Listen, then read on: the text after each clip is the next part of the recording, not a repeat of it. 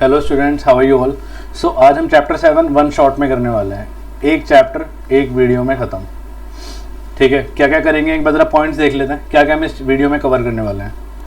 ये देखो, सो हम पूरा चैप्टर पीपीटी की फॉर्मेट में अकॉर्डिंग टू क्रोनोलॉजी करेंगे। क्रोनोलॉजी मीन्स जैसे जैसे चैप्टर चलेगा वैसे वैसे आपके टॉपिक्स आएंगे। सारे इंपॉर्टेंट क्वेश्चंस मैं आपको करवाने वाला हूँ, ए टू जेड सारे के सारे जितने भी एग्जाम में आ रखे हैं। ठीक है, आपके एनसीईआरटी के सारे in text example back questions NCERT के सारे इसमें कवर होंगे। In between chapter question, suppose कोई पैराग्राफ होता है उसके बीच में से कई बार क्वेश्चन उठ के आ जाता है, आप लोग अटेम्प्ट नहीं कर पाते, वो भी इसके अंदर मैं ऑलरेडी आपको दे रहा हूँ। और लास्ट अगर हम कह सकें तो 5 ईयर के पिछले 5 साल के बोर्ड के क्वेश्चन सारे इसमें मिलेंगे। ठीक है, और इवन मैंने एक पॉइंट भी लिखा नहीं, हम कह सकते हैं लास्ट 6 ईयर्स के कई स्कूल्स में जो प्री बोर्ड होते हैं उनमें जो क्वेश्चंस आते हैं वो क्वेश्चंस ही मैंने इस पीपीटी में डाले हुए हैं। ठीक है, सो आई होप आपको ये अच्छी लगेगी। कई बच्चों की मेरे पास डाउट आते हैं कि सर हम कहाँ से पढ़े, कहाँ पे पूरा कंटेंट मिलेगा, तो मैं आपके लिए एक तरह से फुल कंटेंट लेके आया हूँ। आप ये वीडियो देख लो, सफिशिएंट है, मोर देन इनफ। ये वीडियो देख लो, इससे बाहर कोई क्वेश्चन बन ही नहीं सकता, बहुत रेयरली होगा जो इससे बाहर क्वेश्चन आएगा। अकॉर्डिंग टू एनसीईआरटी बात कर रहा हूँ मैं, एनसीईआरटी के अकॉर्डिंग इससे बाहर आ ही नहीं सकता। ठीक है, सो स्टार्ट करते हैं। Control and coordination. Control coordination का मतलब क्या होता है? इट मींस आपकी बॉडी में एक perfect functioning of all organ system एक कोऑर्डिनेटेड मैनर में, जिससे आपकी बॉडी में एक बैलेंस बना हुआ रहता है। किसका? जिससे आपकी बॉडी फिजिकली और फिजियोलॉजिकल फंक्शन प्रॉपरली काम कर सकती है। इसका बड़ा सिंपल सा एग्जांपल लेते हैं। सपोज आपने सोचा कि मैंने पढ़ना है, मतलब सितंबर आ गई, मैंने एग्जाम है, तो मैंने उठना है, बैठना है और पढ़ना है। तो ये भी आपने सोचा और आपकी मसल्स ने फाइनल काम किया है ना। सो ये सारा काम किसके थ्रू हुआ? Control and coordination. क्योंकि फिजिकल मतलब और फिजियोलॉजिकल, फिजिकल मतलब आपकी बॉडी के जो फिजिकल पार्ट्स जो काम करते हैं, ठीक है, हैंड लेग्स। फिजियोलॉजिकल जो आपकी बॉडी के इंटरनल ऑर्गन्स काम करते हैं, है ना। सो ये सारा टॉपिक क्या होता है? ये कंट्रोल एंड कोऑर्डिनेशन होता है। सो इसके अंदर हम काफ़ी कुछ पढ़ने वाले हैं। जैसे एग्जांपल अगर हम लें, सो जितने भी आपकी बॉडी के अंदर जो ऑर्गन्स होते हैं सारे आपके एंडोक्राइन ग्लैंड कहते हैं इनको। जैसे आपका पैनक्रियाज हो गया, पिट्यूटरी ग्लैंड हो गया, सारे हम इसमें पढ़ने वाले हैं। सो कंट्रोल कोऑर्डिनेशन हमें करता क्या है? हमें एक्शन लेने में हेल्प करता है। बेसिकली कोई भी आप चीज़ एक्शन लेते हो, कुछ भी आप सोचते हो, काम करते हो, उठना बैठना सोना, सब कुछ इसका पार्ट होता है कंट्रोल कोऑर्डिनेशन का। अगर ये हमारी बॉडी में ना हो तो आप ब्रेन से मैसेज जाता रहेगा कि हाँ भाई पढ़ना है, बट वो क्या होगा? आप फाइनली पढ़ ही नहीं पाओगे। ठीक है, अच्छा आपने मूवी तो देखी होगी ये वेलकम वाली, इसमें बार बार ये कंट्रोल कोऑर्डिनेशन कंट्रोल बोलता रहता है। बेसिकली कंट्रोल कोऑर्डिनेशन ही पढ़ा रहा होता है आपको। क्यों? अगर ये कंट्रोल नहीं बोलेगा तो उसकी बॉडी कंट्रोल में नहीं रहेगी ना इसके। और ये गैंगस्टर होता है, किसी की जान भी ले सकता है ना। आपने सोचा कि मैं रनिंग करने जानी है तो आप रनिंग करने निकल गए। ठीक है, ब्रेन से मैसेज गया और फाइनल काम किसने किया? आपकी बॉडी ने किया। सो ये एक प्रॉपर एक फंक्शन है जो प्रॉपर एक सिस्टम से हमारी बॉडी में होता है। इसको हम कहते हैं कंट्रोल एंड कोऑर्डिनेशन। ठीक है, अब ये किन पार्ट से मिलके बनता है, एक एक करके हम डिस्कस करते हैं आगे। सो ये बनता है हमारे 2 पार्ट से। क्वेश्चन कह रहा है कैसे कंट्रोल कोऑर्डिनेशन इंसानों में कैसे होता है। So there are 2 parts which are responsible for control and coordination in our self. First is nervous system और एक होता है आपका एंडोक्राइन सिस्टम। अच्छा, नर्वस सिस्टम के फर्दर 3 पार्ट होते हैं, brain, spinal cord and nerves. Brain, spinal cord and nerves. Endocrine, endo का मतलब होता है इनसाइड, एंडो मीन्स इनसाइड, अंदर बॉडी के। ठीक है, अंदर बॉडी के कुछ ऑर्गन्स रखे होते हैं, जैसे कि पिट्यूटरी ग्लैंड हो गया, ठीक है, आपका पैनक्रियाज हो गया। तो ये सारे जो फंक्शन करते हैं ये सारे एंडोक्राइन में आएंगे। ये सारे हम डिटेल में एक एक करके डिस्कस करने वाले हैं। सो हमारी बॉडी में कंट्रोल कोऑर्डिनेशन होने के 2 रीज़न होते हैं, nervous system and endocrine system. दोनों के बारे में हम डिटेल में समझने वाले हैं कि ये सब क्या क्या काम करते हैं। ठीक है, so the 2 main system are nervous system. Nervous system क्या करता है? आपकी फिजिकल एक्टिविटीज़ को कंट्रोल करता है। और एंडोक्राइन सिस्टम क्या करता है? आपकी बॉडी की फिजियोलॉजिकल एक्टिविटी को कंट्रोल करता है। ये सारे देखो, ये सारे जितने भी ग्लैंड दिखा रखे हैं ये सारे आपके एंडोक्राइन सिस्टम के पार्ट हैं। Hypothalamus, pineal gland, pituitary gland, thyroid gland, parathyroid, thymus, pancreas, adrenal, ovary. ठीक है, ये सब के बारे में हम एक एक करके डिस्कस करेंगे। नर्वस सिस्टम इससे मिलकर बना होता है, इसको हम क्या कहते हैं, it is known as neuron. Neuron शायद आपको याद होगा, अभी हम पढ़ते हैं इसको, आगे आगे टॉपिक है हमारा न्यूरॉन का, ठीक है। सो नर्वस सिस्टम के 3 मेन पार्ट होते हैं, मैंने बताया आपको कौन कौन से, brain, spinal cord and nerves. Brain, spinal cord and nerves, ये तीनों मिलके क्या बनाते हैं, आपका नर्वस सिस्टम बनाते हैं, ठीक है। अब इन तीनों के फंक्शन हम पढ़ेंगे, एक करके डिस्कस करते हैं। So it is made up of following brain, spinal cord and nerves. They are made up of organised network of nerve cells और neuron and it is specialised for conducting information via electrical impulse. हमारी body में जो message जाता है ना, वो electricity की speed से जाता है, ऑलमोस्ट हम लेके चलते हैं स्पीड ऑफ लाइट 3 × 10⁸ मीटर पर सेकेंड, ठीक है। तो ये आपका ब्रेन हो गया, 3 सिस्टम बताए थे मैंने, ब्रेन हो गया, और ये हो गया आपका स्पाइनल कॉर्ड, और ये हो गया आपका नर्व्स। वर्टिब्रेट के अंदर हमारी स्पाइनल कॉर्ड रखी होती है, और ये हमें रिफ्लेक्स एक्शन में हेल्प करती है। It help us in reflex action. इसके बारे में अभी हम पढ़ेंगे आगे कि what is the meaning of reflex action, ठीक है। सो आगे चलते हैं हम। स्टिमुलस, स्टिमुलाई, स्टिमुलस और स्टिमुलाई, ये होता है एनवायरनमेंट को रिस्पॉन्ड करना। एनवायरनमेंट को हर कोई रिस्पॉन्ड करता है। सपोज आपने कोई हॉट ऑब्जेक्ट को टच किया तो क्या होगा, एकदम से आपका हाथ पीछे हो जाएगा ना, तो दिस इज स्टिमुलस। आपने देखा है टच मी नॉट प्लांट होता है, मिमोसा प्लांट, वो अपनी लीव्स को क्या कर लेता है, फोल्ड कर लेता है जैसे उसको टच करते हैं।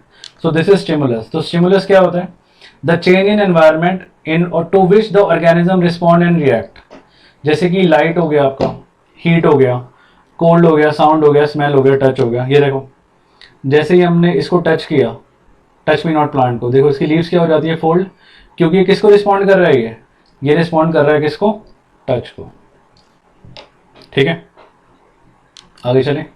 सो receptor, next topic is receptor. Receptor क्या होता है, receptor as the name suggest, जो क्या करता है, आपकी बॉडी में से मैसेज को कैरी करता है। मैसेज को क्या करता है, कैरी करता है। इसको हम सेंस ऑर्गन भी कहते हैं। हमारे पास 5 सेंस ऑर्गन होते हैं, है ना, कौन कौन से, नोज, आईज, ईयर्स, टंग और स्किन। ये 5 सेंस ऑर्गन होते हैं। हमारी बॉडी में जो भी इंफॉर्मेशन जाती है इन्हीं 5 सेंस ऑर्गन से जाती है, इसके अलावा कोई और सेंस ऑर्गन तो होता नहीं है। तो दे आर कॉल्ड रिसेप्टर, इनको रिसेप्टर कहते हैं, ठीक है। सो इसके टाइप्स एक बार डिस्कस करते हैं। There are 5 types as you can all see. So number 1 is it is a cell or group of cell in a sense organ which is sensitive to a particular type। जैसे कि कुछ जो receptor होते हैं जो light को detect करते हैं, कुछ जो होते हैं जो साउंड को डिटेक्ट करते हैं, कुछ जो होते हैं जो स्मेल को डिटेक्ट करते हैं। एग्जांपल ले लो, फोनो रिसेप्टर, ठीक है। फोनो रिसेप्टर, फोनो मीन्स जब हम फोन करते हैं तो क्या करते हैं, ईयर्स का यूज करते हैं, इस तरह से याद रखो। फोनो मतलब जब हम फोन करेंगे तो क्या होगा, ईयर्स का काम करेंगे ना, तो हमारे कानों में कौन सा रिसेप्टर प्रेजेंट होता है, फोनो रिसेप्टर। क्या करता है आपको, ये सुनने में हेल्प करता है, हियरिंग, बैलेंस ऑफ बॉडी, ये दोनों में आपको हेल्प करता है। तो पेपर में क्वेश्चन ऐसे भी आ जाता है कई बार कि बॉडी का बैलेंस बनाने के लिए कौन सा रिसेप्टर काम आता है। सो आंसर इज फोनो रिसेप्टर, ठीक है। ये आपका ह्यूमन ईयर है, हमने 9th क्लास में पढ़ा था साउंड चैप्टर में, है ना, इसका डायग्राम। सो ईयर में कौन सा होता है हमारा, फोनो receptor, number 1। Number 2 is photo receptor. Photo means, photo का मतलब होता है लाइट, फोटो मीन्स लाइट। आंखों में कौन सा रिसेप्टर प्रेजेंट होता है हमारे, फोटो रिसेप्टर, जो क्या करता है आपको ऑब्वियसली देखने में हेल्प करता है। ये देखो हमारी आईज, ठीक है, ये हमारा ह्यूमन आई है। सो 2 रिसेप्टर हमने पढ़े, ईयर में कौन सा होता है, फोनो रिसेप्टर, और आईज में कौन सा होता है हमारा, photo receptor. Third is skin. Skin को हम कहते हैं थर्मो रिसेप्टर, थर्मल मतलब होता है, थर्मा का मतलब होता है हीट, जिससे हीट सेंस हो जाती है ना। थर्मो का मतलब होता है हीट, और रिसेप्टर मतलब जो उसको मैसेज को करता है। सो ये क्या करता है आपको, ये आपको हीट और कोल्ड, जो कुछ भी होता है, हीट और कोल्ड को क्या करता है, पहचानने में हेल्प करता है, कौन सी चीज़ गर्म है, कौन सी चीज़ ठंडी है। बेसिकली आपके टच को पहचानता है, ये टच को पहचानने में हेल्प करता है ना। तो ये हमारी स्किन है, देखो ये कोल्ड रिसेप्टर है, दिख रहा है आपको ये, और ये वार्म रिसेप्टर है। तो दोनों रिसेप्टर प्रेजेंट होता है हमारी बॉडी में, कोल्ड वाला भी और हॉट वाला भी, है ना। तो they are called thermo receptor. अब देखो जैसे इसको टच करेगा क्या होगा, ये हीट सेंस करेगा। तो कौन सा रिसेप्टर काम कर रहा है इसका, थर्मो रिसेप्टर, ठीक है। अच्छा, next is all factory receptor. हमने ऑल फैक्टरी इंडिकेटर पढ़ा था, याद है, एसिड बेस में। तो वो नोज के थ्रू होता है, जो स्मेल को बदल लेता है। तो ऑल फैक्टरी रिसेप्टर कहाँ प्रेजेंट होते हैं? नोज में। और नोज में प्रेजेंट होंगे तो क्या करेंगे? ये स्मेल को डिटेक्ट करेंगे। कोई भी चीज़ अगर आपने देखा होगा जो अलग अलग खुशबू होती है, जैसे सपोज आप खाने की खुशबू ले लो, आपके घर में अगर सपोज पनीर बन रहा हो या फिर दाल बन रही हो, पता लग जाता है आपको। क्यों? क्योंकि हमारे ऑल फैक्टरी रिसेप्टर काम कर रहे होते हैं उस टाइम पे। ये देखो, ठीक है, ऑल फैक्टरी रिसेप्टर क्या करते हैं ये। अब इसको ऐसा लग रहा है ना, इसने सपोज बिरयानी को एकदम से बिरयानी की खुशबू आ गई इसके पास, ऐसा ही लग रहा। ठीक है, आगे चलें। अच्छा, नोज के बाद आता है आपका टंग। टंग में होता है गस्टैटरी रिसेप्टर। ये क्या करेगा? टंग ये क्या करेगा? ये टेस्ट में हेल्प करेगा। अलग अलग चीज़ें हम टेस्ट करते हैं, वो टेस्ट को हमारा ब्रेन याद रखता है, तो ये होता है टेस्ट डिटेक्शन के लिए ये गस्टैटरी रिसेप्टर। ठीक है, ये देखो जैसे लेमन को टेस्ट कर रहे हैं, ठीक है, जैसे बेबीज जो होते हैं टेस्ट करके पहचानते हैं ना, तो कौन सा रिसेप्टर प्रेजेंट होता है इनमें? गस्टैटरी रिसेप्टर। सो हमने 5 रिसेप्टर पढ़े, एक बार जरा रिपीट करते हैं। ठीक है, सो ईयर में कौन से थे? फोनो। आइज में कौन से थे? फोटो। इसके बाद स्किन में कौन सा था? थर्मो। नोज में कौन सा था? ऑल्फैक्टरी। और टंग में कौन सा था? गस्टैटरी। क्लियर है? आगे चलें। अच्छा, नेक्स्ट इज न्यूरॉन। न्यूरॉन का structure and its function. Neuron का फंक्शन तो बताइए आपको, क्या करता है? आपकी बॉडी का मैसेंजर होता है ये, है ना, messenger of body. Messenger of body आपकी बॉडी में एक तरह से क्या करता है? मैसेज लेके जाता है from one part two another. So neuron दिखता कैसा है? न्यूरॉन आपका काम क्या करता है कि करके डिस्कस करते हैं। अब देखो, ये आपके सामने न्यूरॉन का एक डायग्राम बना हुआ है, ये रहा। सो आपने सपोज कुछ भी सोचा, हम मान लेते हैं आपने सपोज आपके सितंबर एग्जाम आने वाले हैं, आपने पढ़ने का सोचा, सो आपने करनी है स्टडी। तो ये मैसेज आ गया आपके डेंड्राइट के पास कि आपने पढ़ने बैठना है। ठीक है, अब ये मैसेज जाएगा डेंड्राइट से आगे। डेंड्राइट से आगे कहाँ जाएगा? आपके क्या कहते हैं इसको? सेल बॉडी कहते हैं। सो डेंड्राइट से मैसेज गया सेल बॉडी के पास। अब ये मैसेज को आगे फॉरवर्ड करेगा, कहाँ फॉरवर्ड करेगा? एक्सॉन में। ठीक है, एक्सॉन इस मैसेज को आगे लेके जाएगा। अब यहाँ पे नर्व एंडिंग होगी, नर्व एंडिंग में वो मैसेज आगे जाएगा और यहाँ पे एक छोटा सा गैप होगा। इस गैप को हम साइंस में कहते हैं synapse. It is known as synapse. और यहाँ पे दूसरा न्यूरॉन जुड़ा होगा कि भाई आपने पढ़ने बैठना है ना। हम मान ले, let us take an example, ये आपका न्यूरॉन है, ये एक्सॉन है, ये नर्व एंडिंग है। ठीक है, तो मैसेज आया डेंड्राइट से। डेंड्राइट से आया कहाँ पे? सेल बॉडी में। ठीक है, मैसेज आया डेंड्राइट से सेल बॉडी में। सेल बॉडी से ये गया कहाँ पे? एक्सॉन में। एक्सॉन से कहाँ गया? नर्व एंडिंग में। मैंने क्या बताया, यहाँ पे गैप होता है, इस गैप को साइंस में क्या कहते हैं? इट इज नोन एज, इसको कहा जाता है साइनैप्स। सो इसको साइनैप्स कहते हैं। इसके बाद क्या होगा पता है? इसके बाद यहाँ पे दूसरा न्यूरॉन जुड़ा होगा। दूसरे न्यूरॉन का क्या जुड़ा होगा? डेंड्राइट। तो मतलब ये मैसेज यहाँ से आगे गया, फिर यहाँ से यहाँ गया, फिर इस गैप को क्रॉस करेगा। और इस गैप को क्रॉस किस फॉर्म में करेगा पता है? इलेक्ट्रिकल इम्पल्स की फॉर्म में। इलेक्ट्रिकल इम्पल्स की फॉर्म में क्या करेगा? इस गैप को क्रॉस करेगा और वो दूसरे न्यूरॉन के पास जाएगा, फिर पहले से दूसरा, फिर दूसरे से तीसरा, एंड सो ऑन। इस तरह से आपकी पूरी बॉडी मैसेज चला जाता है। ठीक है, बट ये किस स्पीड से जाता है? मैंने अभी बताया, स्पीड ऑफ लाइट से 3 × 10⁸ मीटर पर सेकेंड से जाता है। सो इतनी फास्ट जाता है ये मैसेज कि विद इन माइक्रो सेकेंड से भी हम पता लगा लेते हैं कि भाई हमें करना क्या है। जैसे बोल आपने कुछ सोचा, मैंने ये करना है, आप उठे और काम करने लग गए। ठीक है, पढ़े एक बारी। सो न्यूरॉन का स्ट्रक्चर। सो न्यूरॉन का स्ट्रक्चर क्या कहता है हमें? It is the structure and function unit of nervous system. Structure, dendrite का काम क्या होता है? मैंने बताया ना, इन्फॉर्मेशन को एक्वायर करना। आपने कोई भी काम करना है वो डेंड्राइट पे इन्फॉर्मेशन आती है। आपने पढ़ना है, बैठना है, सोना है, रील्स देखनी है, ठीक है, यूट्यूबर की वीडियोस देखनी है गेम्स की, तो वो सारा डेंड्राइट पे मैसेज आ जाता है। ठीक है, सेल बॉडी क्या करती है? उस मैसेज को आगे लेके जाती है, किस फॉर्म में? विया इलेक्ट्रिकल इम्पल्स। ये देखो कुछ इस तरह से बता रहा था मैं, देखा आपको? ये मैसेज आगे जा रहा है, ये देखो ये मैसेज आगे गया, इसके बाद नर्व एंडिंग पे गया, नर्व एंडिंग से कहाँ जाएगा? गैप को क्रॉस करेगा, फिर दूसरा होगा। इसके बाद आपका नेक्स्ट आता है एक्सॉन में। एक्सॉन क्या होता है? सबसे लंबा फाइबर, इसको एक्सॉन कहते हैं, सबसे लंबा फाइबर। ये क्या करता है? मैसेज को आगे भेजता है, किस फॉर्म में? विया इलेक्ट्रिकल इम्पल्स। फंक्शन मैंने बताई दिया आपको, क्या करता है? आपकी बॉडी में एक तरह से मैसेंजर का काम करता है। It is specialised for conducting information via through electrical impulse from one part of body to another.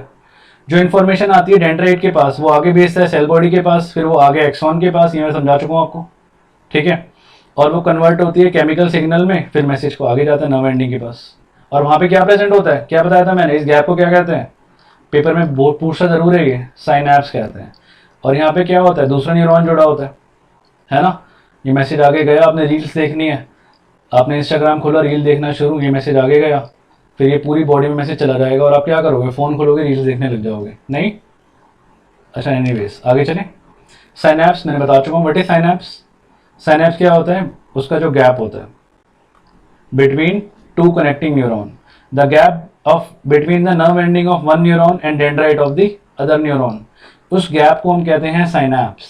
ठीक है, ये देखो कुछ ये, आप देखो ध्यान से देखो, इसमें क्लियरली दिखा रखा है कि कैसे ये मैसेज जाता है। जस्ट सी, यहाँ से मैसेज आया, ये देखो ये मैसेज आ रहा है ना, यहाँ से मैसेज आया, ये गया नर्व एंडिंग से इसके पास गया, ये मैसेज आगे गया और आगे कैरी फॉरवर्ड होके ये आगे फिर थर्ड न्यूरॉन के पास चला जाएगा। इसको हम साइनैप्स कहते हैं। इसका काम क्या होता है, इम्पल्स को आगे भेजना फ्रॉम वन टू अनदर, कुछ इस तरह से जाते हैं मैसेज। और दूसरा, it act like one way valve. One way valve का मीनिंग क्या हुआ, वेल्व मतलब जो बैक फ्लो नहीं होने देता। ये हमने हार्ट में भी पढ़ा था अगर आपको याद हो। तो वेल्व क्या करता है, वेल्व मैसेज हमेशा आपको पता है ना ब्रेन से ही जाएगा, उल्टा तो आ नहीं सकता मैसेज कि आपके हाथ मैसेज भेजे ब्रेन को, ऐसा तो कभी नहीं हो सकता। तो वन वे वेल्व की तरह काम करता है, मतलब हमेशा मैसेज एक डायरेक्शन में ही जाता है, वन डायरेक्शन। वेल्व का मीनिंग होता है हमेशा एक ही डायरेक्शन में जाएगा मैसेज। ठीक है, so there are two nerves, sensory nerves and motor nerves. Sensory जो सेंस करती है, सेंस आप किससे करते हो, आपके 5 सेंस ऑर्गन होते हैं। तो सेंसरी क्या करेगी, जो बॉडी से मैसेज उठाएगी और कहाँ पे लेके जाएगी, बॉडी से कहाँ लेके जाएगी, ब्रेन के पास, है ना। और मोटर, आपने कुछ सोचा मैंने पढ़ने बैठना है, बुक्स खोली पढ़ने बैठ गए, सो मतलब मैसेज कहाँ जा रहा है, मैसेज जा रहा है फ्रॉम ब्रेन टू बॉडी, है ना। आपने रील्स देखनी है, फोन खोला, रील्स देखना शुरू, सो मैसेज कहाँ जा रहा है, ब्रेन से body, they are called motor nerves. So sensory nerves क्या होती है, जो हमें सेंस करने में हेल्प करती है ना। सेंसरी नर्व्स की डेफिनेशन भी यही जो मैंने बताई कि वो नर्व्स होती है जो मैसेज कहाँ जाता है, फ्रॉम बॉडी टू बॉडी से ब्रेन के पास, इसको हम कहते हैं क्या, सेंसरी नर्व्स। 5 सेंस ऑर्गन्स होते हैं, भी बताए थे मैंने आपको। और मोटर नर्व्स जो मैसेज जाता है from brain to body parts. ये देखो, इसने सोचा कि हैंड को पुल करना है, क्या होगा, मैसेज जा रहा है ना ब्रेन से, ये मैसेज गया आगे गया और इसका देखो मैसेज गया, इसका हैंड क्या हो गया, पुल हो गया। सो दिस इज मोटर नर्व। ठीक है, क्लियर है, आगे चलें। सो ह्यूमन नर्वस सिस्टम, ये मैं ऑलरेडी बता चुका हूँ आपको, 3 पार्ट से मिलकर बनता है। ठीक है, इसके फर्दर अगर हम आगे बात करें तो फर्दर इसके 2 पार्ट्स भी होते हैं, एक होता है CNS, एक होता है PNS, central nervous system and peripheral nervous system. CNS जो होता है उसमें ब्रेन और स्पाइनल कॉर्ड आता है, और PNS में आपके क्रैनियल और स्पाइनल नर्व्स आती है। इसके बारे में हम आगे डिस्कस करेंगे अभी एक एक करके।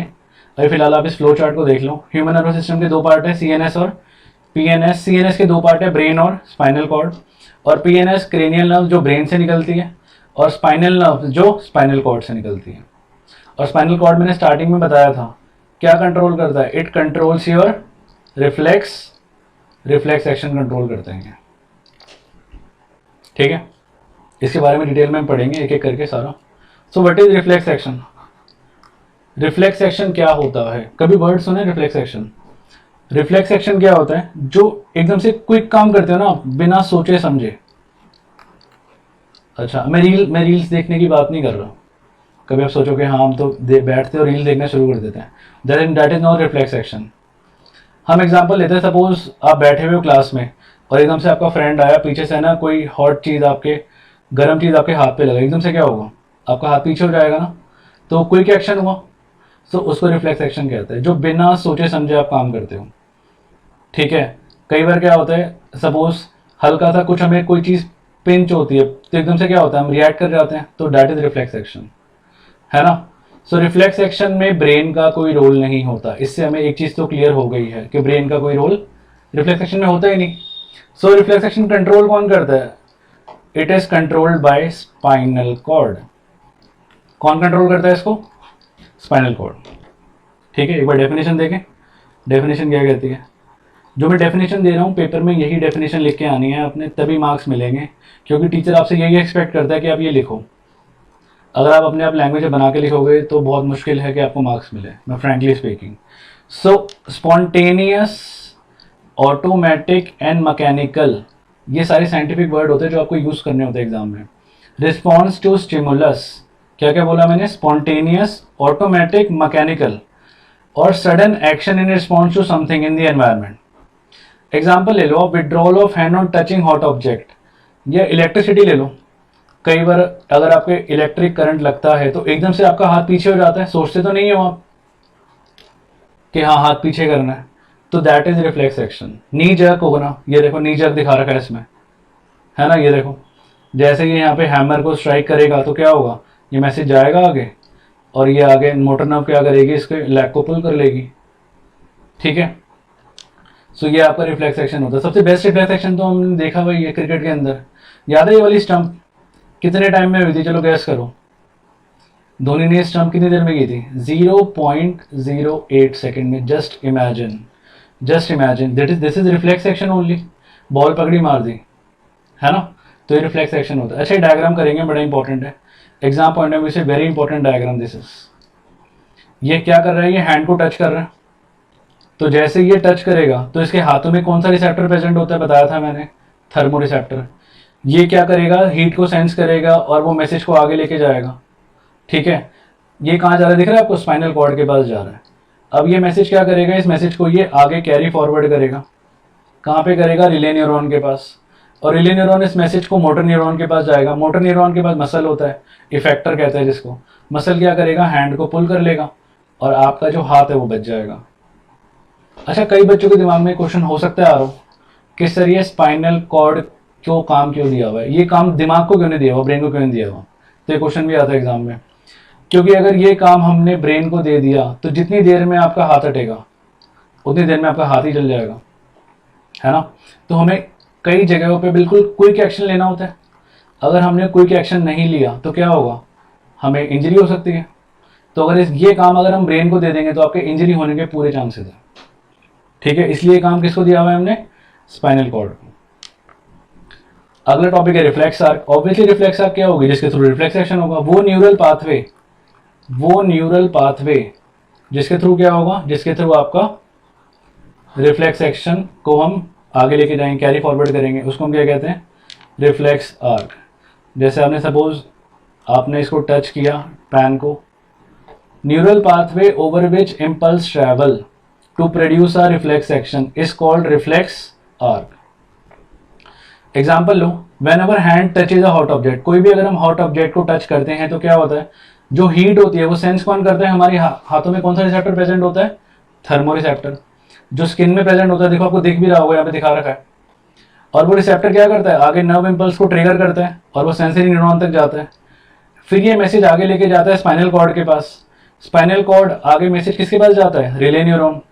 रिले न्यूरॉन का काम होता है मैसेज को मोटर न्यूरॉन तक लेके जाना।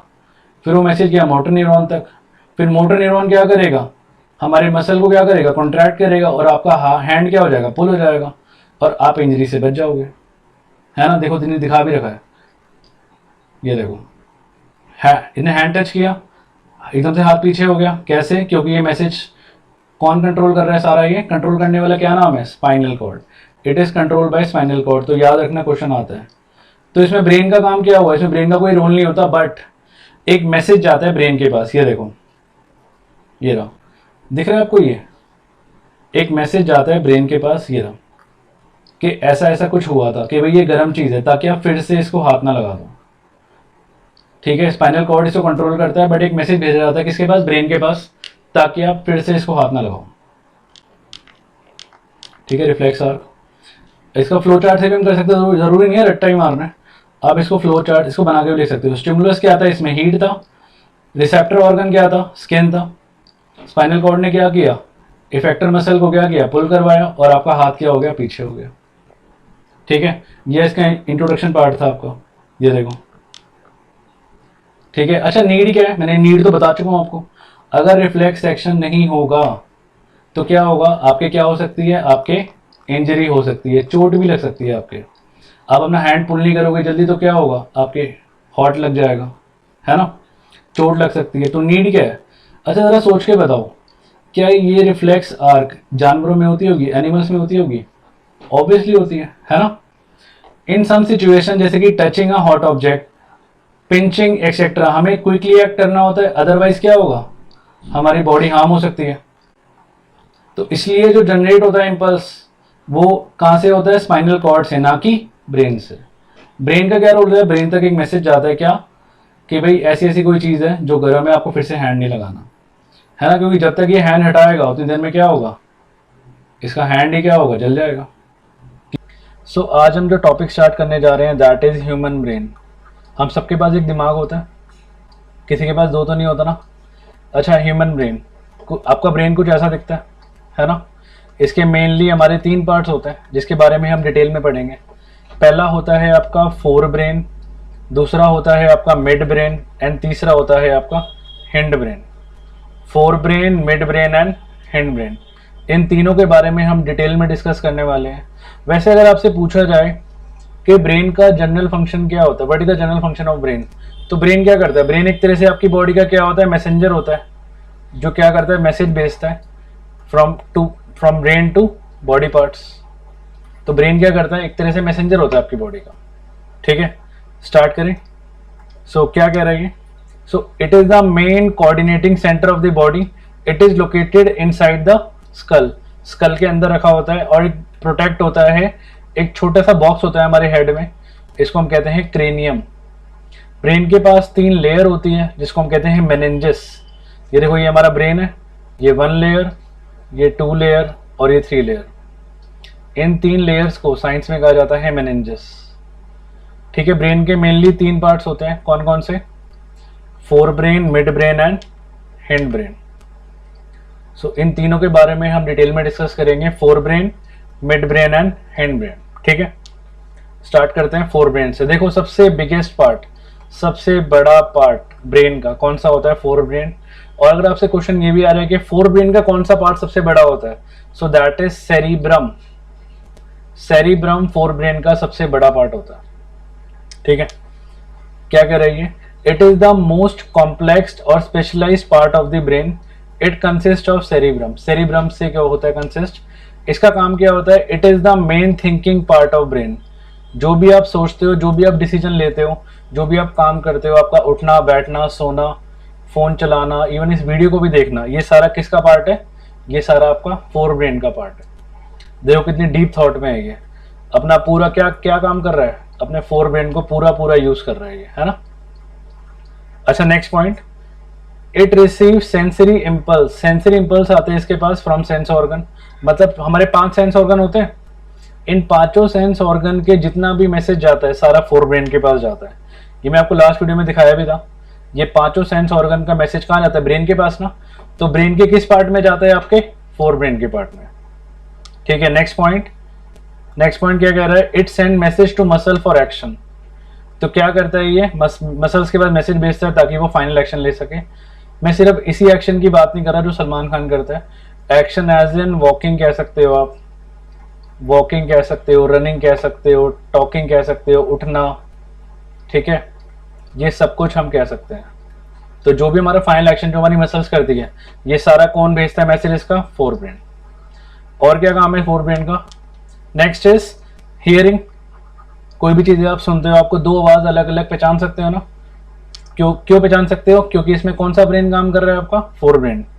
स्मेल, आपको अगर खुशबू आए 2 अलग अलग चीज़ों की, तो क्या पता लग सकता है? जैसे आप घर में एंटर करते हो, खाने की खुशबू आती है, पता लग जाता है ना क्या बन रहा है। तो इस टाइम पे कौन सा पार्ट काम कर रहा होता है ब्रेन का? आपका फोर ब्रेन। अच्छा, साइट, आप कोई भी चीज़ देखते हो और अलग अलग पहचानते हो, तो कौन सा पार्ट काम करता है? Forebrain. ठीक है, और एक और बात, it perform voluntary action. What are voluntary action? जो आप अपने विल के अकॉर्डिंग करते हो, मतलब जो आप सोचते हो और करते हो। जैसे एग्जांपल लेते हैं हम, ये थप्पड़ मारना, तो वॉलेंट्री एक्शन ही तो ये अपने आप तो होता नहीं है कि हाथ उठ गया और मार दिया। सो ये क्या होता है आपका वॉलेंट्री एक्शन? ये सोच समझ के करते हो ना। और क्या करते हो? सोच समझ के वॉक करना, ठीक है, सोना, स्लीप करना, लेट जाना, लाई डाउन, ये सब कुछ क्या होता है? वॉलेंट्री एक्शन होता है। वॉलेंट्री एक्शन वो होते हैं जो आपके विल के अकॉर्डिंग काम करते हैं। एक होते हैं इनवॉलेंट्री एक्शन। इनवॉलेंट्री एक्शन वो होते हैं जो आप चाहो या ना चाहो वो आपके कंट्रोल में नहीं होते। जैसे एग्जांपल ले लो, blood pressure. Blood pressure is a involuntary action. ठीक है, आगे चलें। तो मिड ब्रेन कंट्रोल क्या करता है? मिड ब्रेन कंट्रोल करता है आपके कौन से action? Involuntary action. Involuntary action जैसे कि हो गया आपका साइज ऑफ प्यूपिल, साइज ऑफ प्यूपिल, प्यूपिल का साइज बड़ा छोटा होना, ये आपके कंट्रोल में नहीं होता ना। आपने देखा होगा जब हम डार्क में होते हैं तो हमारा प्यूपिल का साइज क्या हो जाता है? बिग हो जाता है। और जब हम जैसे ही ब्राइट लाइट में आते हैं हमारे प्यूपिल का साइज क्या होता है? ये स्मॉल रहता है। और आपने एक और बात नोटिस करी होगी, जैसे ही हम डार्क से ब्राइट में आते हैं कुछ सेकंड के लिए हमें कुछ दिखाई नहीं देता। इवन उल्टा भी ट्रू है, जैसे ही ब्राइट से डार्क में जाएंगे तो भी दिखाई नहीं देगा, क्योंकि वो जो कुछ सेकंड्स होते हैं जिसके अंदर हमारा प्यूपिल क्या हो रहा होता है? बिग से स्मॉल और स्मॉल से बिग, उसमें हमें कुछ दिखाई नहीं देता। तो ये सारे मैसेज कौन भेजता है? ये सारे मैसेज भेजता है आपका मिड ब्रेन। ठीक है, ब्लड प्रेशर, तो इट परफॉर्म इनवॉलेंट्री एक्शन। जैसे आपका ये प्यूपिल है, देखो प्यूपिल दिखा रखा है, प्यूपिल का साइज कैसे बड़ा छोटा हो रहा है, आपको इजीली दिख रहा होगा। इसमें अंधेरे में क्या होता है? प्यूपिल का साइज बड़ा हो जाता है, और ब्राइटनेस में क्या होता है? प्यूपिल का साइज छोटा हो जाता है। अच्छा, it control reflex movement of head. ये देखो हेड की मूवमेंट, वैसे मैं इस मूवमेंट की बात तो नहीं कर रहा, मूवमेंट एज इन जैसे सपोज पीछे से आप मान लो, सपोज पीछे से कोई फुटबॉल एकदम से उड़ती हुई आ रही हो तो आप एकदम से क्या होगा? एकदम से साइड हो जाओगे। पीछे से कोई फ्रेंड आपको धक्का मारने के लिए आ रहा हो, एकदम से साइड हो जाओगे ना, क्योंकि वो क्या होगा? क्विक मूवमेंट होगा, रिफ्लेक्स एक्शन होगा। तो ये होता है neck in response and visual and auditory stimuli. ये देखो अब अक्षय कुमार क्या कर रहा है? विजुअल मीन्स जो देखते हैं हम, ऑडिटरी मीन्स जो सुनते हैं हम, जो सुनते हैं, और विजुअल क्या होता है? जो आप देखते हो आईज से। तो इन दोनों का जो रिस्पॉन्स होता है वो कौन कंट्रोल करता है? आपका मिड ब्रेन। और ये तो मैंने बता ही दिया आपको कि साइज ऑफ प्यूपिल को भी चेंज करने में हेल्प करता है। मतलब जैसे ही आप अंधेरे में जाओगे क्या होगा? आपके मिड ब्रेन के पास मैसेज जाएगा कि भाई, मिड ब्रेन मैसेज भेजेगा किसको? प्यूपिल को, कि भाई आप धीरे धीरे बड़े होने शुरू हो जाओ, क्योंकि हम बिल्कुल डिम लाइट में आ चुके हैं, अंधेरे में। ठीक है, आगे चलें। Next is your hind brain. Hind brain के 3 पार्ट होते हैं। So part number 1 is cerebellum. Cerebellum अलग है, सेरिब्रम अलग है, कंफ्यूज मत होना। सेरिबेलम क्या करता है? It help in balancing the posture of body. आपने कुछ लोगों को देखा होगा बिल्कुल ऐसे टेढ़े से होके काम कर रहे होते हैं, है ना, और कुछ ऐसे बिल्कुल स्ट्रेट होके मेरी तरह। सो ये क्या होता है? ये कौन कंट्रोल करता है? It is controlled bye cerebellum. ये कंट्रोल करता है आपका सेरिबेलम। ठीक है, अच्छा, it responsible procedure of voluntary action. Voluntary action मैंने बताई दिया आपको, जो आपके विल के अकॉर्डिंग होते हैं। Walking in a straight line, straight line में चलना, राइडिंग अ बाइसिकल, बाइसिकल का राइड करना, और पिकिंग अप ए पेंसिल, पेंसिल का पिक करना। ये तीनों कौन कंट्रोल करता है? सेरिबेलम। आपको पता है ये एग्जाम में एज इट इज ये लाइन पेपर में आती है। Walking in a straight line, riding a bicycle, picking up A pencil, सारा कौन कंट्रोल करता है? ये सारा कंट्रोल करता है सेरिबेलम। ठीक है, आगे चले। और क्या करता है कंट्रोल? Next is medulla. इसका फर्स्ट पार्ट तो हमने कर लिया ना, सेरिबेलम। सेकंड पार्ट है इसका मेड्यूला। मेड्यूला क्या करता है? आपके बीपी को कंट्रोल करता है ना। इनवॉलेंटरी एक्शन होता है, बीपी मानते हो आप, सोच के कंट्रोल नहीं कर सकते ब्लड प्रेशर को, है ना। सो ये कौन कंट्रोल करता है? BP, medulla. देखो यहाँ पे इस मशीन का नाम बताना, हमने लाइफ प्रोसेस में पढ़ा था, याद है? It is known as sphygmomanometer. ये बीपी चेक करने के काम आता है ना, स्फिग्मोमैनोमीटर, है ना। नेक्स्ट इज ब्रीथिंग, सांस लेना, कौन कंट्रोल करता है? ब्रीथिंग, आपका मेड्यूला। वॉमिटिंग, एकदम से वॉमिट आ जाती है हमें, हम इसको रोक तो पाते नहीं, इनवॉलेंट्री चीज है ना, कौन कंट्रोल करता है? मेड्यूला। सलाइवा का बनना, सलाइवा बनना रोक सकते हो आप? नहीं रोक सकते, कौन कंट्रोल करता है? Medulla. And blood pressure, they all are controlled by medulla. अच्छा, हिंड ब्रेन का तीसरा पार्ट है पॉन्स। पॉन्स क्या करता है? सिर्फ आपको रेस्पिरेशन में हेल्प करता है, दैट्स इट। आपको ये क्या करता है? Only helps in respiration. ठीक है, क्लियर है, आगे चले। Next is function of brain. Function of brain तो आपको पता है, ये क्या करना? मैसेज भेजना, किसके पास? मसल्स के पास फॉर एक्शन, है ना। Message to muscles for action. और क्या क्या काम करता है एक बार देखते हैं। सो जनरल फंक्शंस आर, क्या कह रहा है? Message, send message to muscles. जैसे सपोज आप एग्जांपल ले लो इसका, आपने अपने हैंड को क्या करना है? सपोज कॉन्ट्रैक्ट करना है मसल को, अपने हैंड को क्या करना है? मूव करना है। तो ये क्या करेगा? ब्रेन से मैसेज जाएगा कि हैंड को मूव करो, और आपके हैंड मूव करने लग जाएंगे। It allow us to think and take action, है ना। यही क्या करता है? ब्रेन ही हमें सोचने की शक्ति देता है, और क्या करता है, एक्शन लेने का पावर देता है। आगे चले, next is protection of human brain. हमारा ब्रेन कैसे प्रोटेक्ट होता है, अभी तो बताया था मैंने कैसे प्रोटेक्ट होता है। एक हमारे सर में क्या होता है, स्कल बताया था ना, स्कल, इसको हम क्रेनियम भी कहते हैं। इस तरह से क्या होता है, प्रोटेक्ट होता है। और आपको पता है हमारे दिमाग के अंदर एक फ्लूइड भी भरा होता है, इसको हम कहते हैं CSF। CSF means cerebro spinal fluid, cerebro spinal fluid. अच्छा, स्पाइनल कॉर्ड कैसे प्रोटेक्ट होती है, it is protected bye backbone. Vertebrates होते हैं ना, और जो वर्टिब्रेट्स होते हैं उनकी बैकबोन होती है, बैकबोन के अंदर स्पाइनल कॉर्ड रखी होती है। ठीक है, एक एक करके डिस्कस करते हैं, आगे चलते हैं। It is protected by first skull, ये देखो ये रहा स्कल, इसमें देखो क्लियर होगा, ये आपका ब्रेन दिखा रखा है, ये दिख रहा है आपको क्रेनियम, स्कल, ये वाला part, it is skull. Point number 2 मैंने बताया, इसके पास 3 लेयर होती है मेनिंजेस, ये देखो इसमें क्लियरली दिखा रखा है मेनिंजेस का, ये देखो this is 1 layer, this is 2nd layer and this is 3rd layer, meninges. ठीक है, और क्या होता है, मैंने एक बताया, एक फ्लूइड होता है हमारे ब्रेन में, कौन सा fluid, CSF, cerebro spinal fluid. ये देखो इस इंसान का देखो CSF लीक कर रहा है, देखो आपको पता है हमारे दिमाग का फ्लूइड भी होता है जो कई बार लीक कर जाता है, किसी को दिमाग की प्रॉब्लम होती है तो उसके साथ होता है ऐसा। ठीक है, नेक्स्ट स्पाइनल कॉर्ड मैंने बता दिया कैसे प्रोटेक्ट होती है, वर्टिब्रल कॉलम, ये आपका जो बैकबोन होती है, इससे क्या होती है, आपकी स्पाइनल कॉर्ड प्रोटेक्ट रहती है। अच्छा एक बात बताओ, स्पाइनल कॉर्ड क्या कंट्रोल करती थी, मैंने लास्ट वीडियो में बताया था, याद है, इट कंट्रोल्स रिफ्लेक्स एक्शन। क्या कंट्रोल करती है ये, रिफ्लेक्स एक्शन, है ना। आगे चले, लिमिटेशन ऑफ नर्वस सिस्टम। अच्छा, नर्वस सिस्टम की लिमिटेशन क्या है, इलेक्ट्रिकल इंपल्स सिर्फ वहीं तक पहुंच पाएगी जहां तक वो कनेक्ट है टिश्यू, जो नर्वस टिश्यू जहां तक कनेक्ट है। ऑब्वियसली अब एग्जांपल लो, आप वायर ले लो, मैं मान लूँ ये बल्ब ले लिया मैंने, बल्ब के साथ मैंने लगाई ये बैटरी लगाई, यहाँ पे ऑन ऑफ का बटन लगाया, ये प्लस माइनस करंट ऐसे जाएगा। अब इमेजिन करो मैं बल्ब को यहाँ लगा दूं, क्या करंट जा पाएगा वहाँ पे, नहीं जा पाएगा, क्योंकि यहाँ पे कोई वायर ही नहीं है। तो सेम आपकी बॉडी है, आपकी बॉडी में आप मान लो ये वायर है, आपकी बॉडी की वायर है ये, है ना, और करंट कौन भेज रहा है, ब्रेन भेज रहा है, नर्वस टिश्यू भेज रहा है। तो ब्रेन वहीं तक तो जाएगा जहां तक वायर है, जहां पे वायर नहीं हो जा ही नहीं पाएगा। तो मतलब आपकी बॉडी, पूरी बॉडी हम कह सकते हैं कनेक्ट नहीं हो सकती इससे।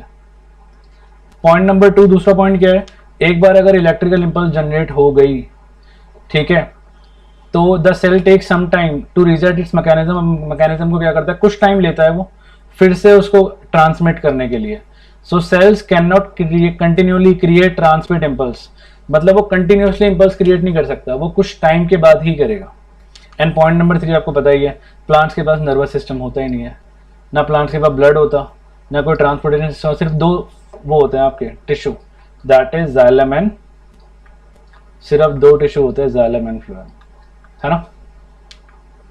अच्छा next, how nervous and muscular tissue coordinate, कैसे कोऑर्डिनेट करते हैं नर्वस और मस्कुलर टिश्यू। ये देखो हम एक छोटा सा एग्जांपल से लेते हैं, अब मान लो स्टिमुलस था कोई, अब हम स्टिमुलस क्या माने, हीट मान लें कि हीट था, हीट को सेंस ऑर्गन ने सेंस किया, वो मैसेज आगे गया, इंफॉर्मेशन आगे गया ना, डिसीजन मेड हुआ कि हाथ हटा लेना चाहिए, कि भाई हैंड रिमूव कर लेना चाहिए, रिस्पॉन्स जनरेट हुआ, मोटर नर्व ने क्या किया, मसल्स के पास मैसेज भेजा कि भाई अपने हैंड को, मसल को क्या कर लो, कॉन्ट्रैक्ट कर लो, और आपकी मसल शॉर्ट होगी और क्या होगा, रिस्पॉन्स आ जाएगा, और आपका हैंड क्या हो जाएगा, आपका हैंड अवे हो जाएगा, किससे, फायर से, या जो भी चीज़ आप गर्म चीज़ को आपने हाथ लगाया।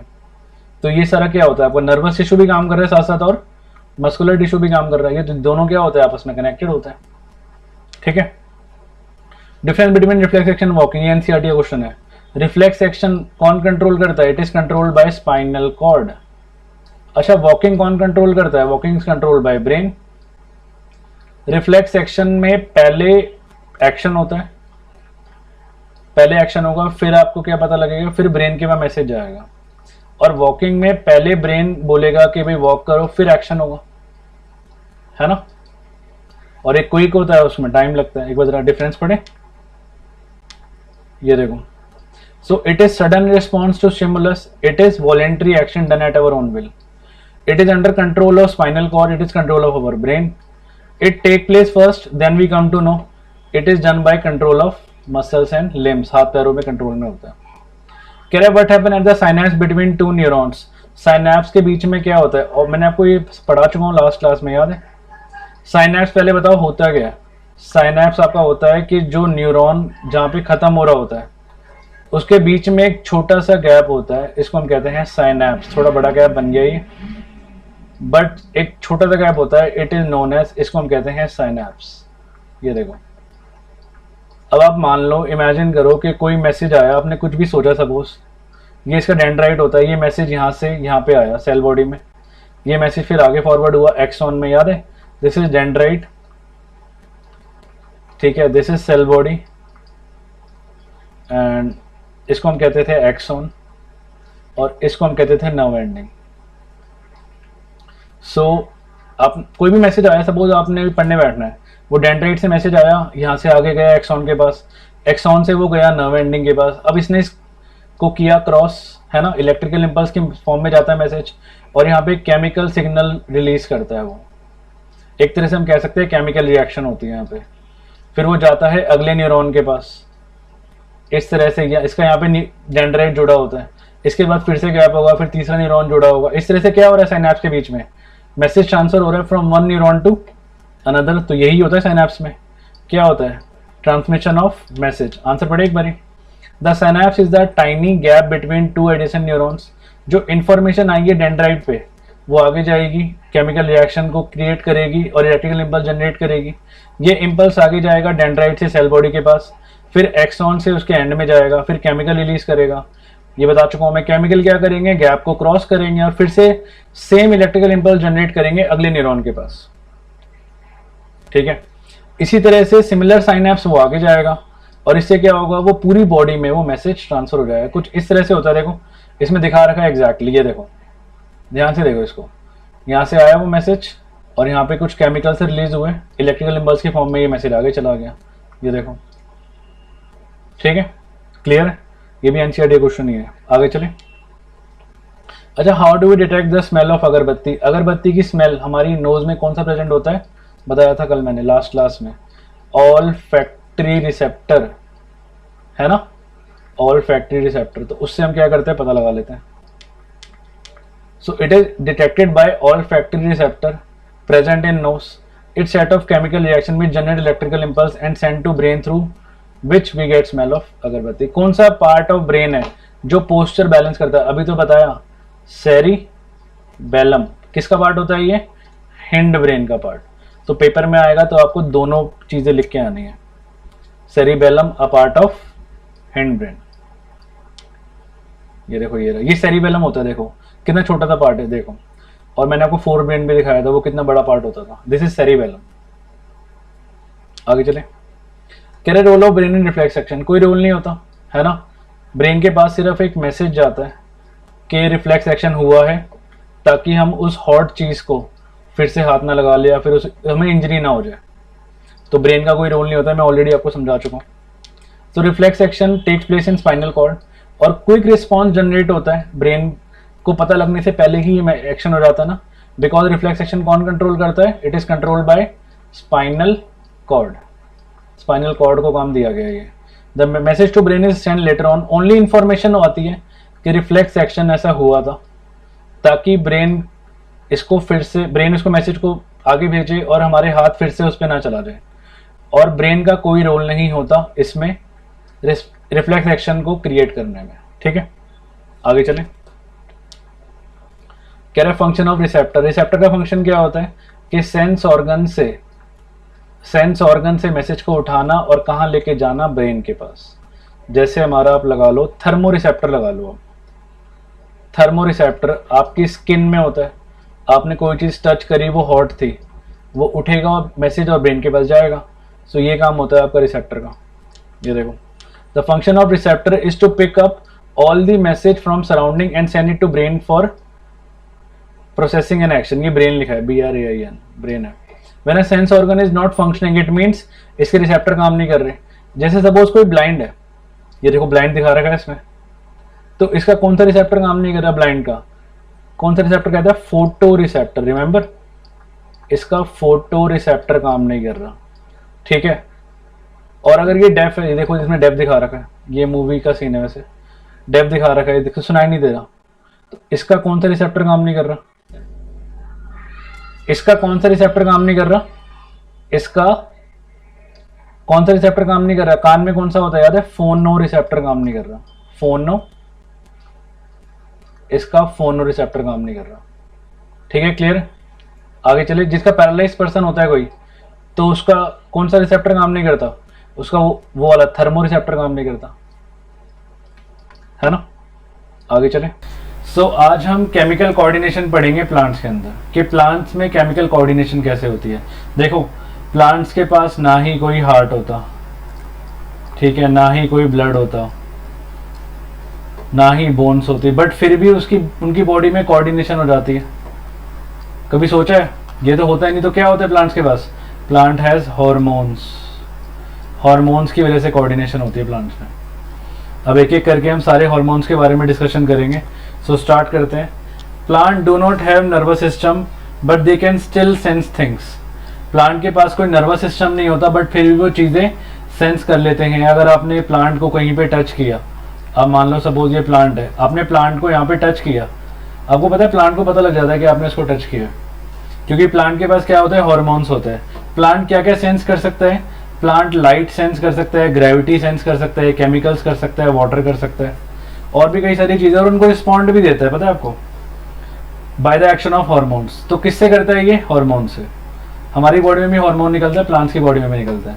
प्लांट्स कोऑर्डिनेट करते हैं अपना behaviour against environmental change by using organic chemical called hormone. इसको हम कहते हैं केमिकल कोऑर्डिनेशन। तो प्लांट्स के अंदर जो केमिकल कोऑर्डिनेशन होता है वो किसके थ्रू होता है? With the help of hormones की वजह से। ठीक है, ये देखो, इसको देखो कैसे ये चेंज हो रहा है। क्यों चेंज हो रहा है? क्योंकि इसमें क्या निकल रहा है? हार्मोन निकल रहा है, तभी ये राइप हो रहा है ना, नहीं तो राइप ही ना हो। The hormone in plants coordinate their behaviour by affecting the growth of a part of plant resulting in movement of that plant part in response to a stimulus। stimulus मैंने बताया था, stimulus क्या होता है? environment। मतलब plants क्या करते हैं? plants अपनी growth को इफेक्ट करके उसको respond करते हैं। अब ध्यान से देखो, इसको चेक करो, जैसे जैसे सनलाइट जा रही है वैसे वैसे क्या हो रहा है? ये रिस्पॉन्ड कर रहा है ना। पहले सन ऊपर था तो ऊपर रिस्पॉन्ड कर रहा था, अभी जैसे ये सन इस साइड पे मूव कर रहा है वैसे क्या कर रहा है? प्लांट को रिस्पॉन्ड कर रहे हैं। तो कुछ इस तरह से प्लांट रिस्पॉन्ड करते हैं। ठीक है, हम सारी मूवमेंट्स पढ़ेंगे। प्लांट जैसे दो तरह की मूवमेंट दिखाते हैं, आगे आएगा वो। ये वाला पॉइंट क्लियर है? आगे चलें। सो नेक्स्ट इज मूवमेंट। प्लांट्स में कौन कौन सी मूवमेंट्स होती है? तो प्लांट बेसिकली दो टाइप की मूवमेंट दिखाता है। एक दिखाता है प्लांट ट्रॉपिक मूवमेंट और एक दिखाता है plant nastic movement. Tropic movement and nastic movement. ठीक है, सो ट्रॉपिक मूवमेंट क्या होता है? सपोज वो वाटर को रिस्पॉन्ड करे, लाइट को रिस्पॉन्ड करे, वो ट्रॉपिक मूवमेंट होती है। नेस्टिक मूवमेंट आप लगा लो, जैसे टच को रिस्पॉन्ड करना, जैसे like touch me not plant. ठीक है, डिटेल में पढ़ते हैं इसके बारे में, आगे चलते हैं। Movement in plant. So basically there are two type of movement. एक होता है इंडिपेंडेंट ऑफ ग्रोथ, जिसमें ग्रोथ का कोई लेना देना नहीं होता, means that is nastic movement. और एक होता है डिपेंडेंट ऑफ ग्रोथ। अब जरा चेक करो, आपने इस टच मी नॉट प्लांट को टच किया, देखो इसकी लीव्स कैसे फोल्ड हो रही है, चेक करो। जैसे ही आपने टच किया इसकी लीव्स क्या हो रही है? फोल्ड हो रही है ना। क्यों हो रही है? क्योंकि इसने किसको रिस्पॉन्ड किया? टच को रिस्पॉन्ड किया। सो this movement is called nastic movement. इसको नेस्टिक मूवमेंट कहते हैं। अच्छा, एक और टाइप की मूवमेंट होती है जो डिपेंडेंट होती है ग्रोथ पे, it is called tropic movement. Tropic movement क्या होती है? Which is growth dependent. ये देखो, अब अगर इनको सनलाइट मिलेगी तो ही क्या करेंगे? तो ये प्लांट ग्रो कर पाएंगे, तो प्लांट ग्रो ही नहीं कर पाएंगे। So this movement is called tropic movement. So there are two type of movement in plants, one is nastic movement, another one is tropic movement. दो तरह की मूवमेंट दिखाता है प्लांट। ठीक है, so this is nastic movement and this is tropic movement. Clear? अच्छा, आगे इनके बीच में कई बार डिफरेंस आ जाता है एग्जाम में, कई बार पूछा हुआ है क्वेश्चन कि डिफरेंस बता दो ट्रॉपिक मूवमेंट और नास्टिक मूवमेंट में। सो अगर मैं ट्रॉपिक मूवमेंट की बात करूं, मैंने भी बताया it is growth dependent movement, and what is nastic movement? It is growth independent movement. Tropic movement में जो टाइम ऑफ एक्शन होता है वो स्लो होता है, क्योंकि ग्रोथ होने में टाइम लगता है ना। ऐसा थोड़ा ना होता है कि आपने आज देखा प्लांट और कल बिल्कुल बहुत बड़ा हो गया, ऐसा तो कुछ नहीं होता। अच्छा, नास्टिक मूवमेंट में इमीडिएट होता है, फास्ट होता है ना। जैसे ही आपने कभी टच मी नॉट प्लांट को टच किया, आपने से कभी किसी ने किया है तो मुझे कमेंट सेक्शन में बताना। सो जैसे ही आपने इसको टच किया, ये अपनी लीव्स को फोल्ड कर लेगा और इमीडिएटली कर लेता है। So this is fast response. Response to stimulus मतलब एनवायरनमेंट को क्या करेगा, it is directional. Directional as in plant हमेशा एक ही डायरेक्शन में ग्रो करेगा ना, हमेशा रूट से ऊपर की तरफ आएगा। और इट इज नॉन डायरेक्शनल, ये किसी भी डायरेक्शन में हो सकता है। रिस्पॉन्स फॉर एक्शन, ये क्यों होता है, क्योंकि इसमें क्या हो रही होती है, सेल डिवाइड हो रहा होता है ना। सेल डिवाइड होगा तो क्या होगा, आपकी ट्रॉपिक मूवमेंट होगी। और this is change in turgor. Turgor means water pressure. तो ये बेसिकली ये अपनी लीव्स को फोल्ड क्यों करता है पता है, क्योंकि ये क्या करता है, पानी को लूज कर जाता है। जैसे आप इसको टच करते हो ना, आपके टच को क्या करेगा, ये रिस्पॉन्ड करेगा। जैसे ही आपने टच किया, टच को क्या करेगा, touch me not plant, water lose कर देगा। वाटर लूज कहाँ कर देगा, रूट्स के अंदर। और जैसे ही वाटर लूज करेगा तो श्रिंक हो जाएगा, श्रिंक होगा तो क्या होगा, ये फोल्ड होना स्टार्ट कर देगा। ये हमारी एनसीईआरटी में भी क्वेश्चन है, कई बार एग्जाम में आया है सेम क्वेश्चन। तो इसका ऑल्टरनेट नेम ट्रॉपिज्म है और इसका ऑल्टरनेट नेम नास्टिक्स है। सो एग्जांपल ले लो, फोटोट्रॉपिज्म, जियोट्रॉपिज्म। फोटोट्रॉपिज्म का मतलब क्या होगा, फोटो मीन्स लाइट। सो जब वो लाइट को रिस्पॉन्ड करेगा मैं बोलूँगा फोटोट्रॉपिज्म। जब वो जियो मीन्स ग्रेविटी, जब वो किसको रिस्पॉन्ड करेगा, ग्रेविटी को। एग्जाम्पल लो, रूट्स जो होते हैं हमेशा ग्रेविटी में आते हैं ना, सो जियोट्रॉपिज्म का एग्जाम्पल हुआ। इसका एग्जाम्पल क्या हुआ, folding of leaves of touch me not plant, mimosa plant, opening and closing of stomata में भी हेल्प करता है। ठीक है, so this is very important question. कई बार एग्जाम में पूछा हुआ है कि ट्रॉपिक मूवमेंट और नास्टिक मूवमेंट में क्या क्या डिफरेंसेस होते हैं। क्लियर है, आगे चलें।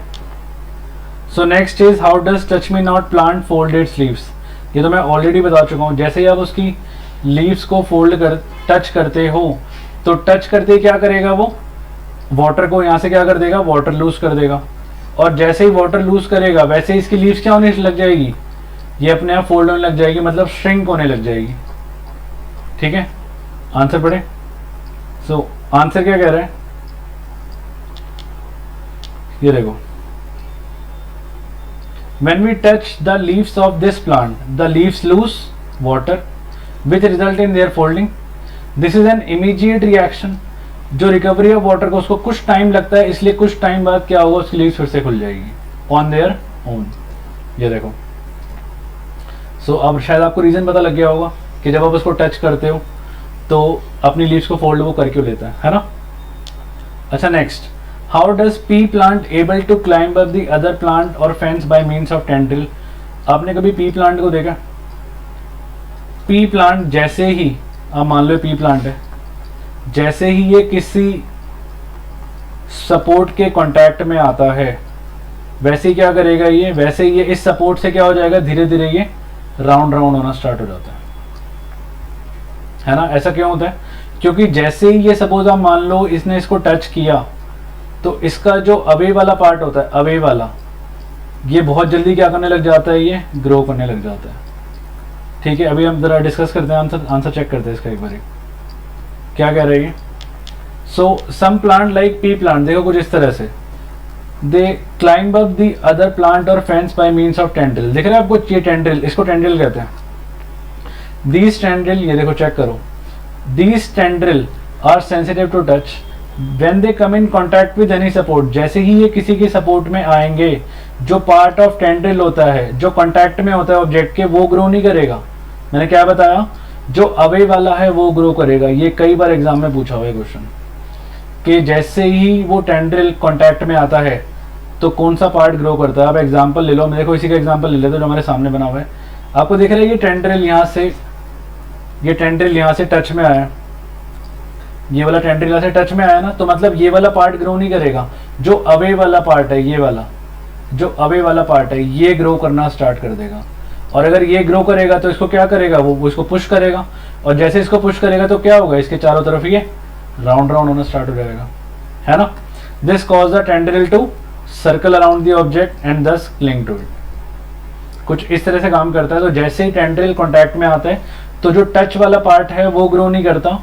कौन सा पार्ट ग्रो करता है, जो अवे होता है, अवे वाला पार्ट ग्रो करने लग जाता है। जो टूवर्ड्स वाला पार्ट है वो ग्रो नहीं करता और इसको पुश करेगा और ये राउंड राउंड हो जाएगा। ठीक है, आगे चलें। अगला कह रहा है with the help of an activity show tropic movement in plants. देखो एक छोटी सी एक्टिविटी है जिससे ट्रॉपिक मूवमेंट होता है। अब देखो इसने क्या किया है, इसने एक जार लिया है, इस जार के अंदर प्लांट को रख दिया, ठीक है, और यहाँ से यहाँ पे विंडो से क्या आ रही है, सनलाइट आ रही है। अब चेक करो ये प्लांट क्या कर रहा है, इसका जो शूट है, शूट अपर पार्ट को शूट कहते हैं और लोअर पार्ट को हम क्या कहते हैं, रूट कहते हैं। तो जैसे ही ये सन के कांटेक्ट में आया तो शूट वाला पार्ट कहाँ हो गया, टूवर्ड्स सन बैंड हो गया ना, और रूट वाला पार्ट कहाँ हुआ, अवे फ्रॉम सन बैंड हो गया। तो ये किसको रिस्पॉन्ड कर रहा है, लाइट को, इसलिए इसको हम क्या बोलेंगे, दिस इज नोन एज, इसको बोला जाता है phototropism. This phenomena is known as phototropism. Phototropism क्यों, फोटो मीन्स लाइट, फोटो का मतलब होता है लाइट, किसको रिस्पॉन्ड कर रहा है, ये लाइट को कर रहा है। सो यही एक्टिविटी हमने करनी है। तो कह रहा है फिल अ कॉनिकल फ्लास्क, हमने कॉनिकल फ्लास्क को भरा पानी से। Cover the neck of the flask with a wire mesh, cover कर दिया। Keep 2 or 3 freshly germinated bean seed on the wire mesh, रख दिया।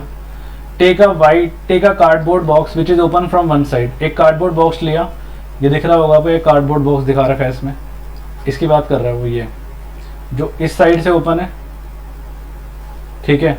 कुछ इस तरह से देखो ये एक्टिविटी हो रही है, ये दिख रहा होगा आपको।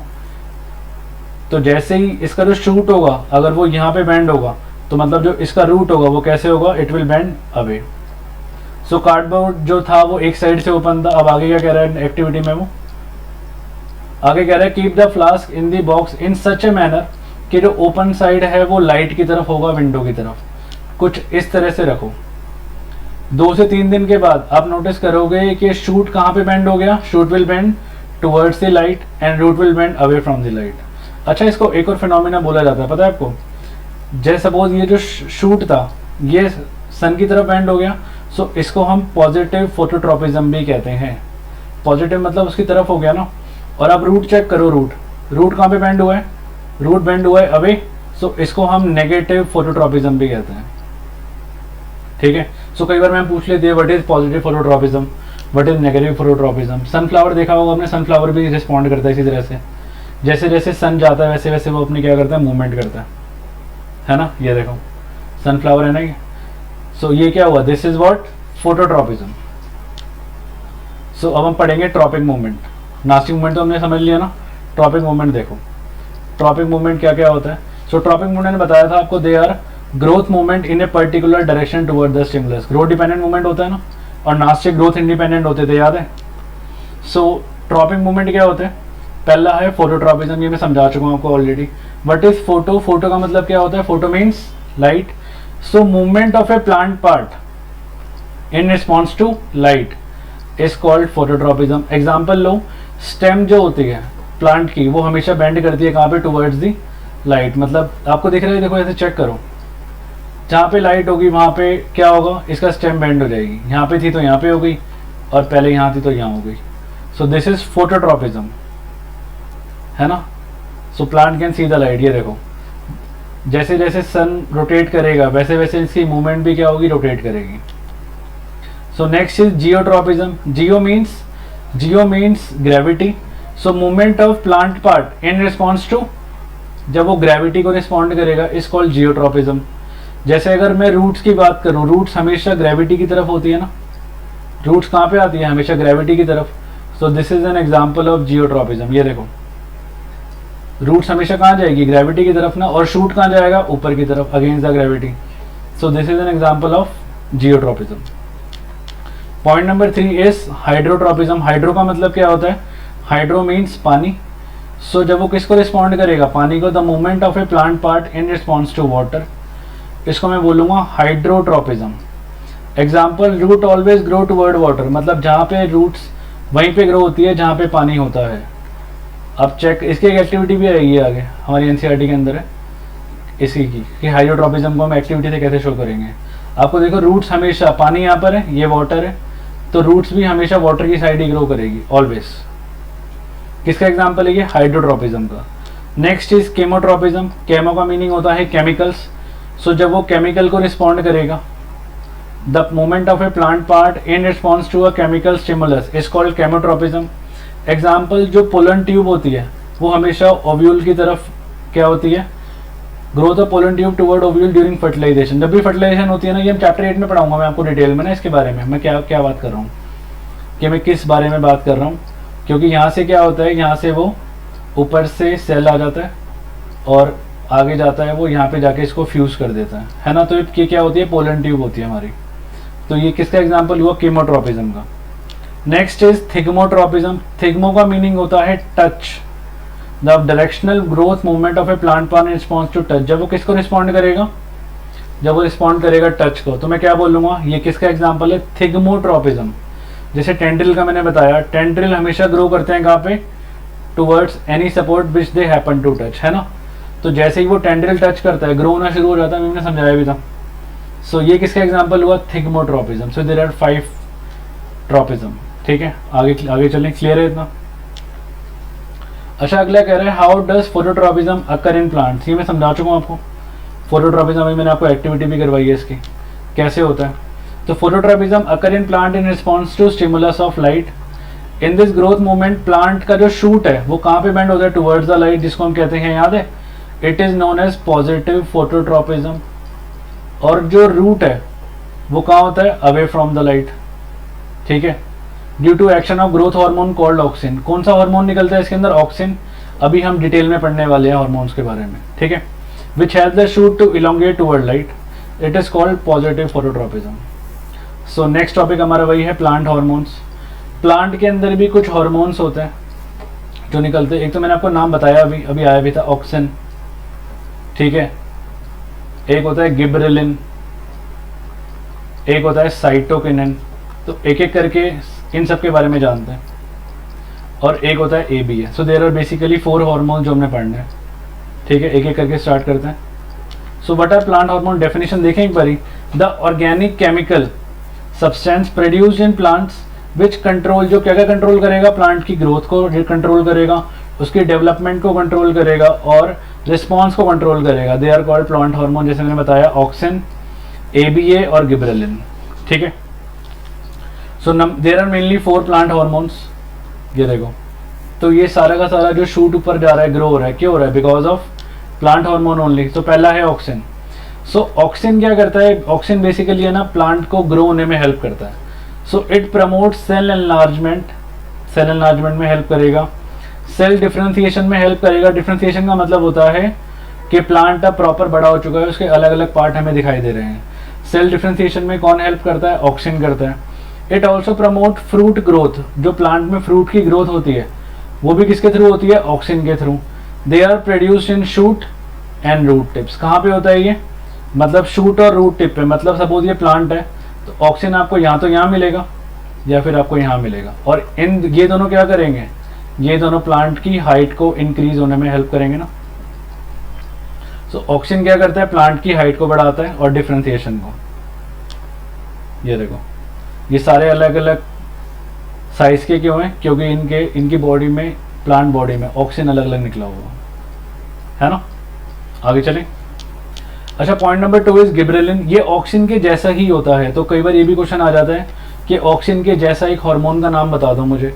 ये भी देखो सेम कर रहा है, सेल एनलार्जमेंट में हेल्प करेगा और सेल को डिफरेंशिएशन में हेल्प करेगा।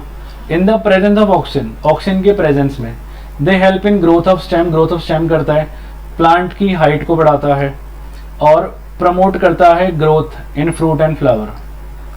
फ्रूट एंड फ्लावर को क्या करता है, ग्रो होने में हेल्प करता है। एक होता है साइटोकिनिन, ये थोड़ा सा डिफरेंट होता है। क्या डिफरेंस होता है, ये सेल डिवीजन को प्रमोट करता है और है ना, ये स्टोमेटा को ओपन होने में भी हेल्प करता है। ये डिफरेंस है इसका। सो जो मैंने मार्क कर रहा हूँ ना, ये पेपर में यही पूछता है ज़्यादातर। It promote cell division in plant to increase the number of cells. ठीक है, they delay in ageing of leaves. तो ये भी आ सकता है क्वेश्चन पेपर में कि लीव्स को एज होने से कौन बचाता है ताकि लीव्स हरी भरी रहे। तो आंसर इज साइटोकिनिन। ठीक है, आंसर इज साइटोकिनिन। साइटोकिनिन होता है जो बचाता है। ये देखो, ये स्टोमेटा है आपका। स्टोमेटा को ओपन होने में भी कौन हेल्प करता है, स्टोमेटा को ओपन होने में साइटोकिनिन ही हेल्प करता है। ये देखो, ये स्टोमेटा ओपन होता है ना, तो क्या होता है, कार्बन डाइऑक्साइड और वाटर जो चाहिए होता है स्टोमेटा को, वो अंदर इनहेल कर लेता है, अंदर ले आता है। ठीक है, आगे चले। तो ये कौन हेल्प करता है, मतलब प्लांट में एक हार्मोन निकलता है हमें आज तक नहीं बताती ये बात, चलो अब आगे से पता है। कौन हेल्प करता है? Cytokinin. Last is ABA। ABA का फुल फॉर्म होता है abscisic acid. So it is a plant hormone which function as a growth inhibitor. Growth inhibitor means ये ग्रोथ को स्टॉप करता है, ग्रोथ को रोकता है कि बस। आपको पता होगा प्लांट और ट्री की हाइट एक टाइम आने के बाद बढ़ती नहीं है, तो क्यों? क्योंकि उसकी बॉडी में ये ABA निकलना शुरू हो जाता है, एब्सिसिक एसिड। और क्या करता है ये जो साइटोकिनिन था वो स्टोमेटा को ओपन करता था, ये स्टोमेटा को क्या करता है? ये स्टोमेटा को क्लोज होने में हेल्प करता है। ठीक है। विल्टिंग ऑफ लीव्स और फॉलिंग ऑफ लीव्स जब ऑटम सीजन आता है, तो ऑटम सीजन में आपको पता होगा लीव्स सारी गिर जाती हैं, क्योंकि प्लांट में ना ये हार्मोन निकलना स्टार्ट हो जाता है। कौन सा हार्मोन? ABA। ये देखो, ये जो सारी की सारी जो पत्ते हैं, जो लीव्स खराब हो गए हैं, वो क्यों हो गए हैं? क्योंकि इन सब प्लांट्स में कौन सा हार्मोन निकला था? ABA, है ना। ये जो ऑटम सीजन आता है, ऑटम सीजन के अंदर भी प्लांट की बॉडी में से कौन सा हार्मोन निकलता है जिससे सारे के सारे, दिख रहे हैं आपको लीव्स कैसे गिरे जा रहे हैं? सो कौन सा हार्मोन निकलता है? ABA। सो ये सारे क्वेश्चन आते हैं एग्जाम में। ग्रोथ इनहिबिटर कौन सा है? क्लोज, स्टोमेटा को क्लोज कौन करता है? Wilting of leaves and falling of leaves. तो इन चारों का आंसर क्या होगा? ABA होगा। क्लियर है? आगे चलें। सो कह रहा है कौन से सिग्नल डिसरप्ट हो जाते हैं? ये क्वेश्चन है NCERT का। In case of spinal cord injury, spinal cord control करता था रिफ्लेक्स एक्शन। सो अगर आपकी बॉडी में स्पाइनल कॉर्ड इंजरी हो गई तो आपकी बॉडी रिफ्लेक्स एक्शन नहीं कर पाएगी, ऑब्वियसली, है ना। सो क्या कह रहा है? Mainly the reflex action control by that part will be affected. Clear है? तो आज हम जानेंगे what is the meaning of hormone. Hormone होते क्या है? क्या हमारी बॉडी में हार्मोन निकलते हैं? कभी सोचा है? हमारे जब हम छोटे होते हैं हमारी हाइट कितनी छोटी होती है, जैसे हम बड़े होते हैं हमारी बॉडी में धीरे धीरे कौन सा हार्मोन निकल रहा होता है? Growth hormone. एक हार्मोन तो पता है आपको, जब हम टीनेज में पहुंचते हैं हमारी बॉडी में भी एक तरह का हार्मोन निकलता है ड्यूरिंग प्यूबर्टी, है ना। गर्ल्स में अलग निकलता है, बॉयज़ में अलग निकलता है। बॉयज़ में कौन सा निकलता है याद है? छोटी क्लास में पढ़ा होगा आपने, टेस्टोस्टेरोन। और गर्ल्स में कौन सा निकलता है? एस्ट्रोजन। ठीक है। और कोई हार्मोन? तो बेसिकली हार्मोन करते क्या है आपकी बॉडी में? हार्मोन करते क्या है? कोई स्पेसिफिक टारगेट होता है उनका जिसको वो पूरा करता है, ये कह सकते हैं। सपोज ग्रोथ हार्मोन निकला और आपकी बॉडी में धीरे धीरे धीरे क्या हुआ? बड़ी होने लग गई, तो इट मीन्स एक स्पेसिफिक काम कर रहा है ना वो हार्मोन। तो ग्रोथ हार्मोन बेसिकली करते क्या है आपकी बॉडी में? एक स्पेसिफिक टारगेट को अचीव करने में हेल्प करते हैं। ठीक है, एक बार चेक करते हैं क्या कह रहा है। So what are hormones? They are the chemical secreted by endocrine gland. ये केमिकल होते हैं जो एंडोक्राइन ग्लैंड होते हैं। एंडो का मीनिंग पता है ना क्या होता है? एंडो मीन्स जो आपकी बॉडी के अंदर जो ग्लैंड रखे होते हैं। They are carried by blood. किस में मिक्स होते हैं? ब्लड में। ब्लड में और क्या क्या मिक्स होता है याद है? ऑक्सीजन मिक्स होता है, सारा जो हम खाना खाते हैं वो मिक्स होता है, और एक आपको पता लगा क्या मिक्स होता है? हार्मोन मिक्स होता है। ठीक है। Where they stimulate specific physiological process. वहाँ पे क्या करते हैं? कोई स्पेसिफिक फिजियोलॉजिकल प्रोसेस को उसको अचीव करते हैं। ठीक है। ये देखो, ये हमारी बॉडी में हार्मोन निकल रहा है। ये देखो, यहाँ से हार्मोन निकला, सिक्रेट हुआ, हार्मोन निकला, ब्लड में मिक्स हुआ, ब्लड में मिक्स होकर कोई टारगेट था यहाँ पे, इस टारगेट को इसने पहुँचा दिया और पूरा टारगेट पूरा हो गया। सो बेसिकली हार्मोन हमारी बॉडी में क्या करते हैं? एक टारगेट पूरा करते हैं। They are use for information transmission, मतलब एक इंफॉर्मेशन यहाँ से वहाँ पहुँचाने के लिए हार्मोन काम आते हैं। ये सारे हार्मोन हम डिटेल में पढ़ने वाले हैं, जैसे कि एग्जांपल लो pituitary gland, thyroid gland, parathyroid gland, adrenal gland, pancreas, ovary, testis, ये सारे हार्मोन अभी हम डिटेल में पढ़ने वाले हैं। और क्या काम होता है इनका? Use in small quantity. हाँ, एक बड़ा इंपॉर्टेंट चीज़ आपने नोटिस किया है, आपकी हाइट एकदम से नहीं बढ़ती। आपकी हाइट जो होती है धीरे धीरे धीरे स्टार्ट होती है, छोटी से जैसे जैसे हम बड़े होते हैं तो धीरे धीरे चेंज होती है ना। तो हार्मोन जो होता है हमारी बॉडी में बहुत कम क्वांटिटी में निकलते हैं और हमारी बॉडी में क्या लाते हैं? वो चेंजेस लाते हैं। ठीक है। सो एक एक करके स्टार्ट करेंगे। पहले एंडोक्राइन ग्लैंड के बारे में जान लें, मैंने मीनिंग बताई दिया। एंडो का मतलब क्या होता है? What is the meaning of endo? Means inside. अच्छा, एक और वर्ड आता है एक्सो, जैसे एक्सोथर्मिक सुना होगा आपने। एक्सो वर्ड बना है एग्जिट से। एग्जिट का मीनिंग क्या होता है? बाहर निकलना, जो बाहर की साइड होते हैं तो उसको कहते हैं एक्सो। ठीक है। तो एंडोक्राइन ग्लैंड क्या होते हैं? They are the ductless gland. Which pour their secretion directly into the blood. ये डक्टलेस ग्लैंड होते हैं जो डायरेक्टली किसमें मिक्स होते हैं, ब्लड में। जैसे मैंने आपको एग्जांपल दिए थे अभी, जैसे pituitary gland, thyroid gland, pancreas, adrenal, ये सारे हम पढ़ेंगे डिटेल में। ठीक है, एड्रिनल वर्ड सुन के कभी कुछ याद आया कि एक हम पबजी खेलते थे, उसमें एक हार्मोन आता था एड्रेनालिन, है ना, तो यही हार्मोन होता था जिससे एकदम से एनर्जी आ जाती थी उसके अंदर। ठीक है, ये देखो। सो ये सारे क्या है, ये सारे हमारी बॉडी के हार्मोन्स हैं, इनके हम डिटेल में डिस्कस करेंगे। ये डायग्राम वेरी इंपॉर्टेंट है, कई बार ये ABCD करके आ जाता है, यहाँ पे A लिख देगा, यहाँ पे B लिख देगा, कई बार एग्जाम में आया हुआ है। ठीक है, सो स्टार्ट करते हैं पहले से, पिट्यूटरी ग्लैंड। अब देखो हमने पढ़ना क्या क्या है, हमने पढ़ना है कि हार्मोन कौन सा निकलता है, हम सब के बारे में क्या पढ़ेंगे, हार्मोन कौन सा निकलता है और उसका वर्क क्या होता है, और अगर उसकी डेफिशिएंसी हो गई, अगर बाई चांस बॉडी में कमी हो गई तो आपकी बॉडी पे क्या इफेक्ट पड़ेगा। तो पिट्यूटरी ग्लैंड से, ये आपके ब्रेन के पास होता है, पिट्यूटरी ग्लैंड क्या निकालता है आपकी बॉडी में, पिट्यूटरी ग्लैंड आपकी बॉडी में ग्रोथ हार्मोन निकालने का काम करता है। और वर्क क्या हुआ, ये हाइट इंक्रीज करेगा, ज़्यादा निकल जाएगी तो हाइट बहुत ज़्यादा इंक्रीज हो जाएगी, और कम निकलेगा तो क्या होगा, हाइट कम भी हो जाएगी। इसको ड्वार्फ कहते हैं ना, ड्वार्फिज्म, तो बोना रह जाएगा, छोटी हाइट का रह जाएगा। डेफिशिएंसी ज़्यादा निकल गई तो जायंटिज्म हो जाएगा, और कम निकली तो क्या होगा, क्या बताया मैंने, ड्वार्फिज्म हो जाएगा, बोना रह जाएगा। तो ये बेसिकली क्या निकालता है आपकी बॉडी में हाइट को ज़्यादा या कम करने की हेल्प करता है। ठीक है, पिट्यूटरी ग्लैंड देखें एक बारी क्या कह रही है, it secret the growth hormone, this hormone regulate growth and development. अगर इसकी डेफिशिएंसी हो गई, this deficiency of this hormone, तो क्या होगा, इट लीड्स टू ड्वार्फिज्म, है ना, छोटी हाइट रह जाएगी, बोने रह जाएंगे। अगर ज़्यादा निकल गया तो क्या होगा, जायंटिज्म, बहुत लंबे हो जाएंगे हाइट में। इसलिए इसको मास्टर ग्लैंड भी कहा जाता है। इसका एक और नाम है पिट्यूटरी ग्लैंड का, इसको हम क्या कहते हैं, it is also known as, इसको मास्टर ग्लैंड के नाम से भी जाना जाता है। ठीक है, ये देखो, ये आपको एग्जैक्ट लोकेशन दिखा रखा है इसकी, पिट्यूटरी ग्लैंड की एग्जैक्ट लोकेशन इसमें दिखा रखी है। ये पिट्यूटरी ग्लैंड है आपका, ब्रेन के पास होता है यहाँ पे। अगर ज़्यादा निकल गया तो ये हालत हो जाएगी। देखो इसको ज़रा देखो, ध्यान से देखो इसको, ये हमारे हाइट वाले जितने लोग, और ये कितना लंबा है ना, वर्ल्ड्स टॉलेस्ट मैन। ठीक है, और अगर कम निकला तो आप गिनीज वर्ल्ड रिकॉर्ड में आ रहे होगे। ये देखो, ये इंडिया के स्मॉलेस्ट। ठीक है, और अगर आपकी छोटी हाइट रह गई तो लोग क्या बोलेंगे, छोटी बच्ची हो गया। नहीं, समझ में नहीं आता, है ना। सो ये सारे हार्मोन हमारी बॉडी में कौन निकालता है, पिट्यूटरी ग्लैंड। ठीक है, ज़्यादा निकलेगा तो क्या होगा, तो ये हाल हो जाएगा, कम निकलेगा तो ये हाल हो जाएगा, और कम निकलेगा तो फिर लोग क्या बोलेंगे, लोग छोटी बच्ची हो गया। ठीक है, अगला है थायराइड ग्लैंड। थायराइड ग्लैंड आपको शायद सुना होगा, थायराइड बीमारी का नाम भी होता है। ये हमारे गले में, यहाँ पे नेक के पास होता है ये। अब इसका वर्क क्या होता है, ये आपकी बॉडी में मेटाबॉलिज्म और प्रॉपर आपकी बॉडी में ग्रोथ हो रही है, ये सब कुछ चेक करता है कि ग्रो हो रही है, बॉडी सही से काम कर रहा है, जो आप खा रहे हो आपको लग रहा है, थायराइड ग्लैंड। ठीक है, ये कौन सा हार्मोन है जो ये काम करता है, इसका नाम क्या है, थायराइड ग्लैंड से नाम बना है। It is known as thyroxine hormone.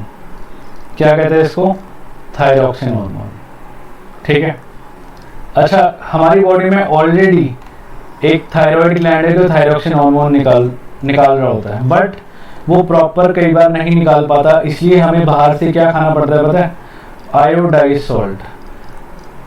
सुना होगा शायद आपने, जब टीवी में ऐड आती है नमक की तो बताता भी है कि आयोडाइज नमक। सो व्हाट इज आयोडाइज नमक, आयोडीन करता है क्या, आपकी बॉडी में इसको, थायराइड ग्लैंड को, प्रॉपर थायरॉक्सिन हार्मोन निकालने में हेल्प करता है।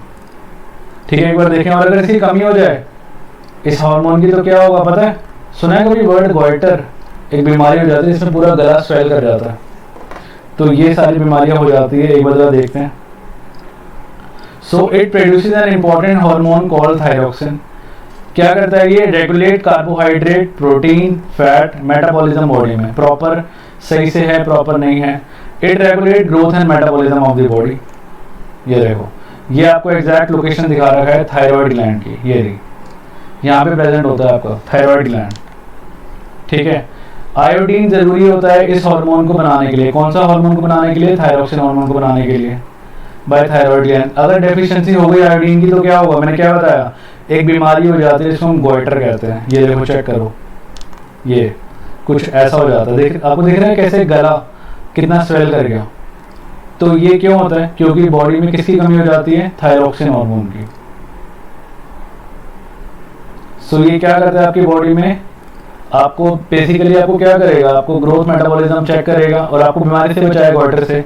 और तभी नमक के बाहर लिखा होता है, दिख रहा है आपको, ये आयोडाइज सॉल्ट, आयोडाइज नमक, टाटा आयोडाइज नमक पूरा बोलते हैं ना।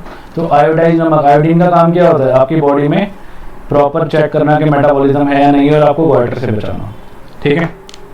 आगे चलिए थर्ड इज पैनक्रियास। पैनक्रियास आपकी बॉडी में निकालता है इंसुलिन। पैनक्रियास शायद आपने वर्ड पहले भी सुना होगा लाइफ प्रोसेस में, ये कई बार डाइजेशन में भी हेल्प करता है पैनक्रियाटिक जूस से, है ना। तो ये हमारे एलिमेंट्री कैनाल का पार्ट होता है, हम कह सकते हैं। अच्छा, आपने कभी सुना है इंसुलिन के जो इंजेक्शन होते हैं, कई जो शुगर पेशेंट्स होते हैं या फिर डायबिटीज के पेशेंट होते हैं, उनको ये इंजेक्शन दिए जाते हैं। क्यों दिए जाते हैं, क्योंकि उनका पैनक्रियास प्रॉपर इंसुलिन नहीं निकाल पाता, तो उनको वो इंजेक्शन बाहर से लेने पड़ते हैं।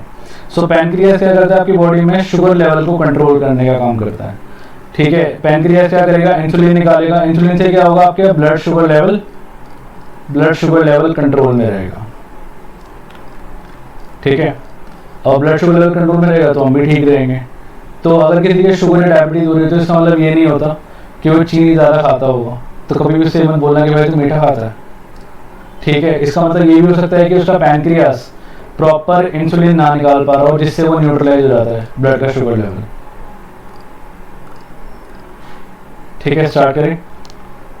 So it lie below the stomach, location check करो जरा। इट सीक्रेट, ये देखो ये द हार्मोन कॉल्ड इंसुलिन। कौन सा हार्मोन निकालते हैं, insulin. The function of insulin hormone is to lower the blood sugar level. Insulin का काम क्या है, देखो ये दिखा रखा है ना इसमें, ब्लड शुगर लेवल को क्या करना, लो करना। अगर इंसुलिन प्रॉपर नहीं निकलेगा तो क्या होगा, आपका ब्लड शुगर लेवल बढ़ता चला जाएगा। और अगर आपका ब्लड शुगर लेवल बढ़ गया तो क्या होगा, आपको डायबिटीज हो सकती है। और डायबिटिक पेशेंट को तभी इंसुलिन के इंजेक्शन दिए जाते हैं। ये देखो कितने मजे से इंजेक्शन देने को रेडी है ना, ठीक है। ये देखो इंसुलिन पेन भी कहते हैं, ये इंजेक्शन दिए जाते हैं इनको, ठीक है। तो हमने 3 पढ़ लिए, अब 4th पे चलें, point number 4। So point number 4 is adrenal. Adrenal कहाँ प्रेजेंट होता है, एड्रेनल की लोकेशन अगर मैं आपको एग्जैक्ट बताऊं तो ये किडनी के टॉप पे, ये किडनी होती है, किडनी के टॉप पे यहाँ पे ये होता है एड्रेनल ग्लैंड। पेयर में होता है, किडनी पेयर में होती है तो एड्रेनल ग्लैंड भी पेयर में होता है, ठीक है। अब ये इसका काम क्या होता है, ये हार्मोन निकालता है, पहले हार्मोन का नाम सुन लो, हार्मोन इज एड्रेनलिन। अब ये करता क्या है, ये जैसे ही आप कोई डेंजर सिचुएशन में होते हो ना, और उसमें करना क्या है, कैसे डील करना है, उसमें आपको हेल्प करता है। ये कई बार आप बहुत ज़्यादा एक्साइटमेंट होते हो, है ना, जैसे वीडियो देखने की आपको कितनी एक्साइटमेंट होगी, तो आपकी बॉडी में से कौन सा हार्मोन निकल रहा है, एड्रेनलिन हार्मोन। आप इमेजिन करो, सपोज आप पेपर दे रहे हो और एकदम से गलती से किसी फ्रेंड ने आपके डेस्क पे चिट फेंक दी और मैम ने देख लिया, तो मैम आपको क्या करेगी, मैम सारा का सारा आपका एड्रेनलिन हार्मोन निकाल देगी, है ना। अच्छा, इसको एक और नाम दिया जाता है, फ्राइट एंड फ्लाइट हार्मोन। क्या नाम होता है, फ्राइट एंड फ्लाइट, मतलब डरो या उड़ो, फ्राइट एंड फ्लाइट हार्मोन भी कहा जाता है, ठीक है। अब इमेजिन करो, सपोज ये वीडियो खत्म होने के बाद आपके पेरेंट्स बोलेंगे चल बेटा तेरे हाफ ईयरली में इतना अच्छा रिजल्ट आया बोर्ड में, तुझे आईफोन 14 प्रो मैक्स दिला के लाता हूँ, है ना। क्या होगा, आपकी बॉडी में एकदम से ये सारा हार्मोन निकलना शुरू हो जाएगा ना। तो एक्साइटमेंट, डेंजर, ऐसी सिचुएशन में ये हार्मोन निकलता है हमारी बॉडी में, जो आपको डील करने में हेल्प करता है कि उससे हम डील कैसे करें, ठीक है। एक बार डिस्कस करते हैं। So adrenaline hormone, there are 2 adrenal gland which are located on the top of the 2 kidney. हमारी 2 किडनी होती है, उसके ऊपर ये दोनों रखे होते हैं। It secrete adrenaline hormone which is taken to different part of the body including the heart. As a result, ये देखो, आपको लोकेशन चेक करो जरा इसकी, ये देखो, ये रहा, ठीक है, ये क्या करता है, ये मिक्स हो रहा है और आप कहाँ जाएगा सीधा, मिक्स होकर कहाँ जाएगा सीधा ब्लड में, हार्ट, और हार्ट क्या करेगा, पूरी बॉडी में इसको पंप करेगा। आपको देखो चेक दिखाई दे रहा है, ये किडनी के ऊपर रखे हुए हैं एड्रिनल ग्लैंड्स। अच्छा, ये फेवरेट, ये तो याद होगी आपको, पूरे लॉकडाउन खेली है ना। इसमें देखो ये इंजेक्शन याद है वाला, ये इंजेक्शन, तो ये वही तो होता था, आपने खेला बढ़िया, आपको 10th क्लास की यही पढ़ा रहा होता था, कंट्रोल एंड कोऑर्डिनेशन। ठीक है, आगे चलें। सो और क्या करता है ये, जैसे ये हार्मोन आपके ब्लड में मिक्स होगा, आपका हार्ट एकदम से बहुत तेज तेज बीट करने लग जाएगा, जिससे आपकी बॉडी को ज़्यादा ऑक्सीजन मिलेगा। मैं सिचुएशन बताता हूँ, जस्ट इमेजिन आप एकदम से क्लास से, स्कूल से सपोज वापस आए, आपके पापा ने बोला कि ज़रा मुझे अपना फ़ोन दिखाइयो, तो क्या होगा, आपकी बॉडी में से पापा सारा का सारा कौन सा हार्मोन निकाल देंगे, एड्रेनालिन, है ना, क्योंकि उस टाइम पे आपका हार्ट बीट बहुत फास्ट करने लग जाएगा ना। तो ये हार्मोन हमारी बॉडी में जब निकलता है ना, क्या होगा, हमारा हार्ट बहुत ज़्यादा बीट करने लग जाएगा। ठीक है, ये देखो ये एड्रिनल ग्लैंड्स। और क्या क्या करता है, इससे आपका ब्रीथिंग रेट बढ़ जाएगा, सांस फूलने लग जाएगी, जैसे आपसे फ़ोन मांग लिया जाएगा तो होगा नहीं होगा कुछ ऐसा।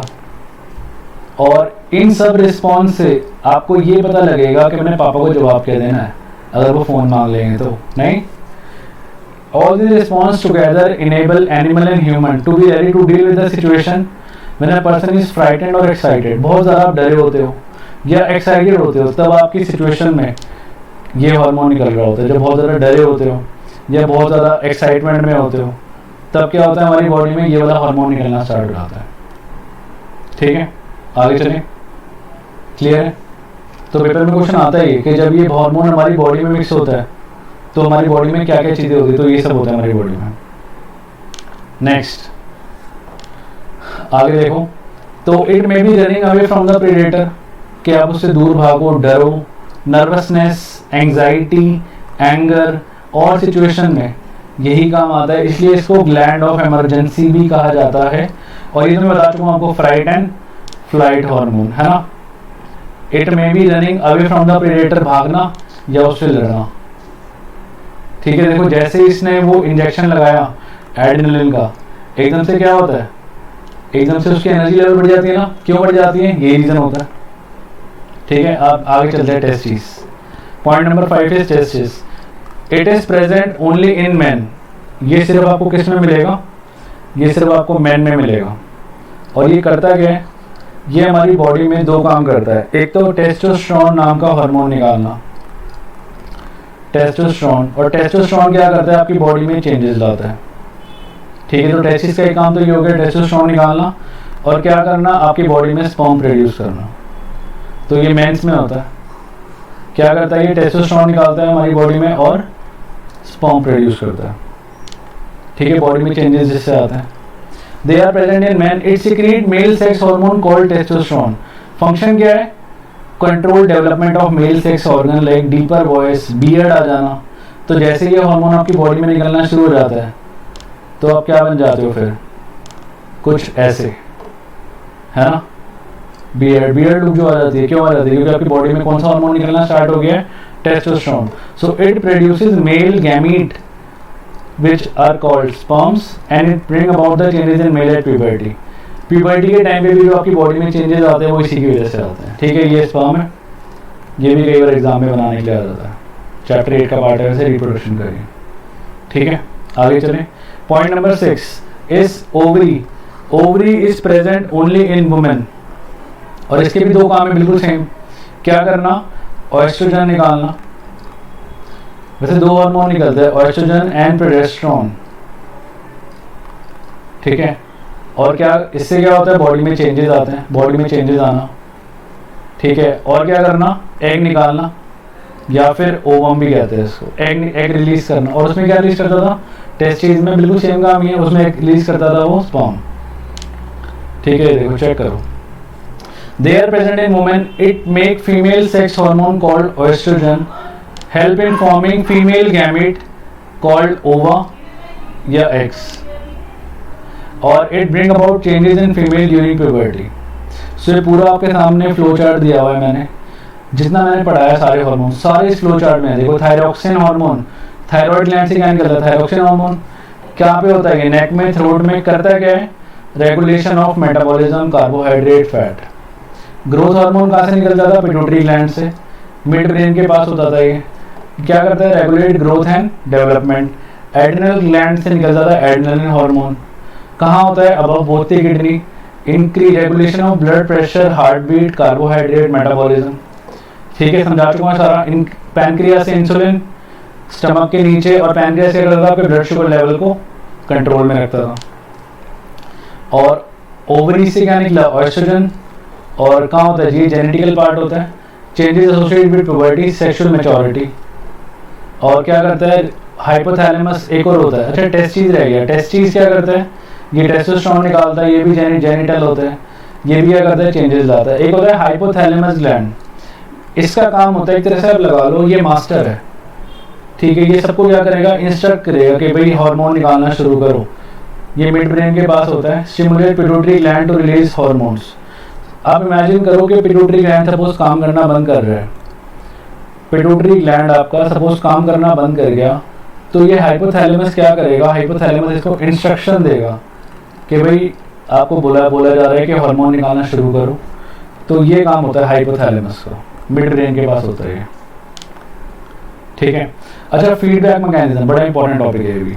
What is feedback mechanism? अरे बात बताओ, जो हमने इतने सारे हार्मोन पढ़े, क्या वो हार्मोन एक प्रॉपर टाइम मैटर करता है इन हार्मोन्स में, यस और नो?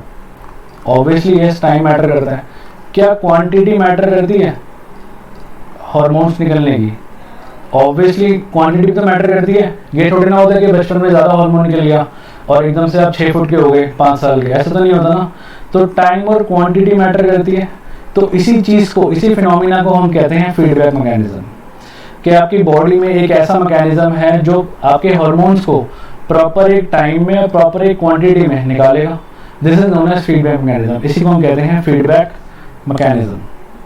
चेक करो, तो feedback mechanism is the mechanism of the body to maintain the level of hormone in desired limits. ना ज़्यादा निकलेगा और ना ही कम निकलेगा। ये देखो, जो टाइमिंग और अमाउंट होती है वो मैटर करती है। रिलीज बाय वेरियस ग्लैंड और controlled by feedback mechanism. Example लेते हैं, सपोज आपकी बॉडी में शुगर लेवल डाउन हो गया, सॉरी ज़्यादा हो गया, बहुत ज़्यादा अगर शुगर लेवल राइज कर गया, सो डिटेक्ट आपकी बॉडी में ऑलरेडी क्या प्रेजेंट होना चाहिए, सेल होने चाहिए पैनक्रियास के जो उसको डिटेक्ट करें। और उससे क्या होगा, आपका पैनक्रियास क्या ज़्यादा से ज़्यादा क्या निकालेगा, इंसुलिन निकालेगा, जिससे आपका ब्लड शुगर लेवल डाउन होगा और फिर से क्या होगा, नॉर्मल हो जाएगा। तो देखो फ्लो चार्ट दिखा रहा है, शुगर लेवल बढ़ा, डिटेक्ट किसने किया, पैनक्रियास ने, क्या निकाला, इंसुलिन निकाला, और ब्लड शुगर लेवल गिरने लगा और वो इंसुलिन निकालना बंद कर दिया।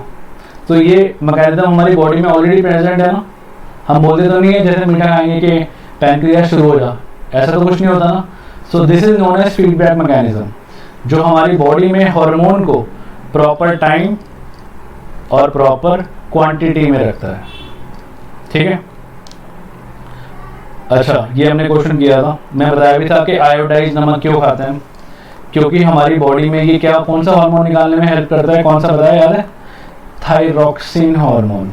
और थायरॉक्सिन हार्मोन क्या करता है आपकी बॉडी के मेटाबॉलिज्म को, मेटाबॉलिज्म फैट को क्या करता है, रेगुलेट करता है, ठीक है। So why is the iodised salt advisable, use of iodised salt, so that our body does not lack in thyroxine hormone. Iodine stimulates thyroid gland, जिससे ज़्यादा से ज़्यादा वो thyroxine hormone निकाले।